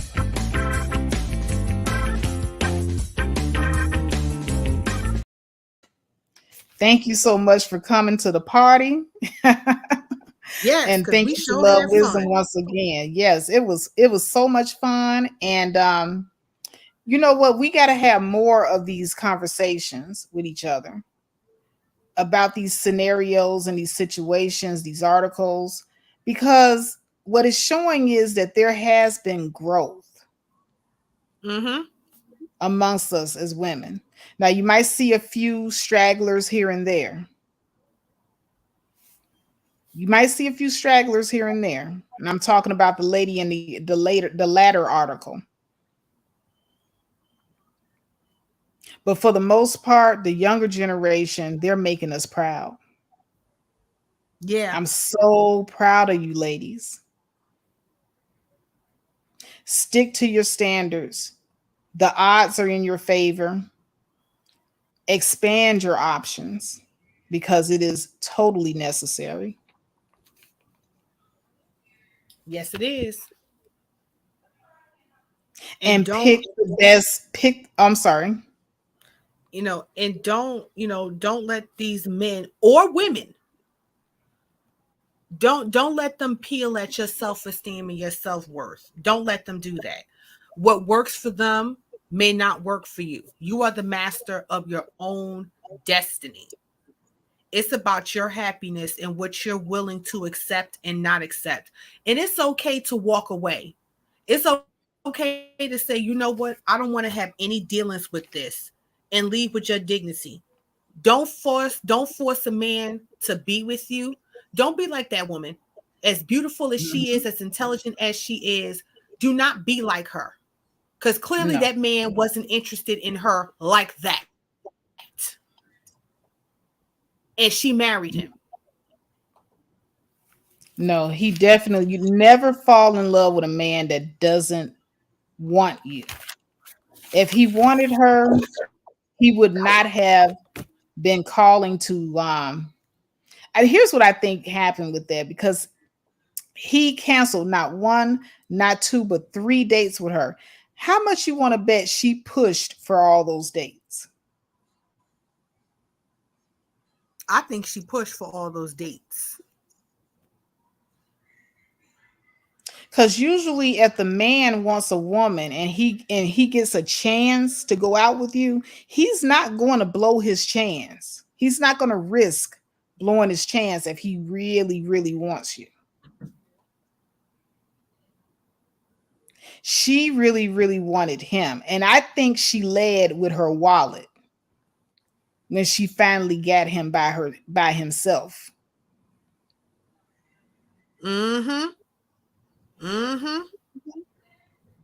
So she bought herself a husband. That's what I think. And that's what I said. This is what happens when you make significantly more money than the man. You end up wearing the pants. So you end up being the Aunt Esther in the relationship. And he old Uncle Woodrow. Quiet. Whatever she say goes. But he's not happy because that's not who he wanted to be with. You embarrass me.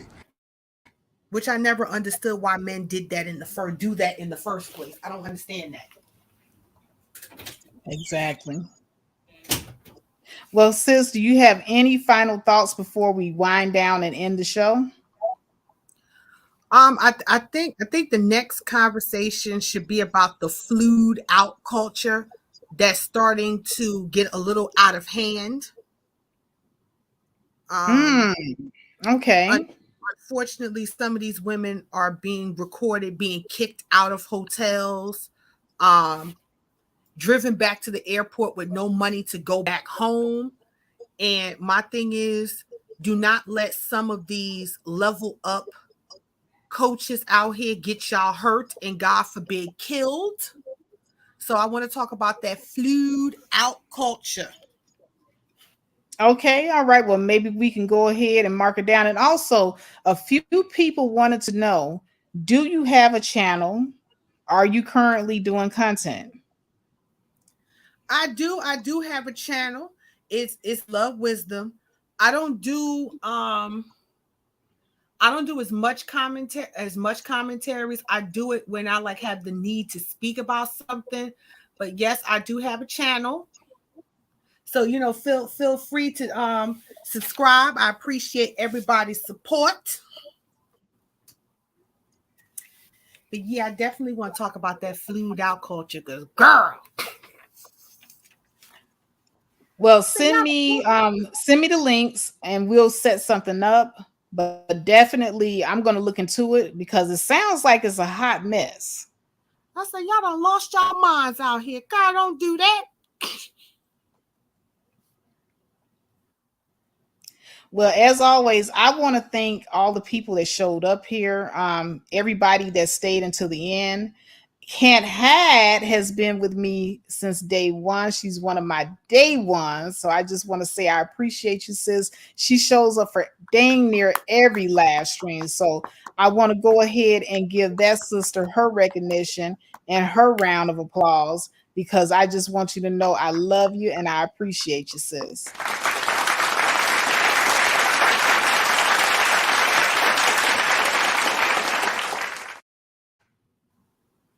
Ice cream cake in the house, and she came in with the links, so I appreciate you as well. She said flued out is dangerous. These men are crazy. I happen to agree. All right, well, folks, that's the show. I don't have anything else to add or detract from. So let me know if you're catching this on a replay, how you feel about it, things that you heard said here today, in the comments below. And with that, I have to say, peace. We out of here. Holla.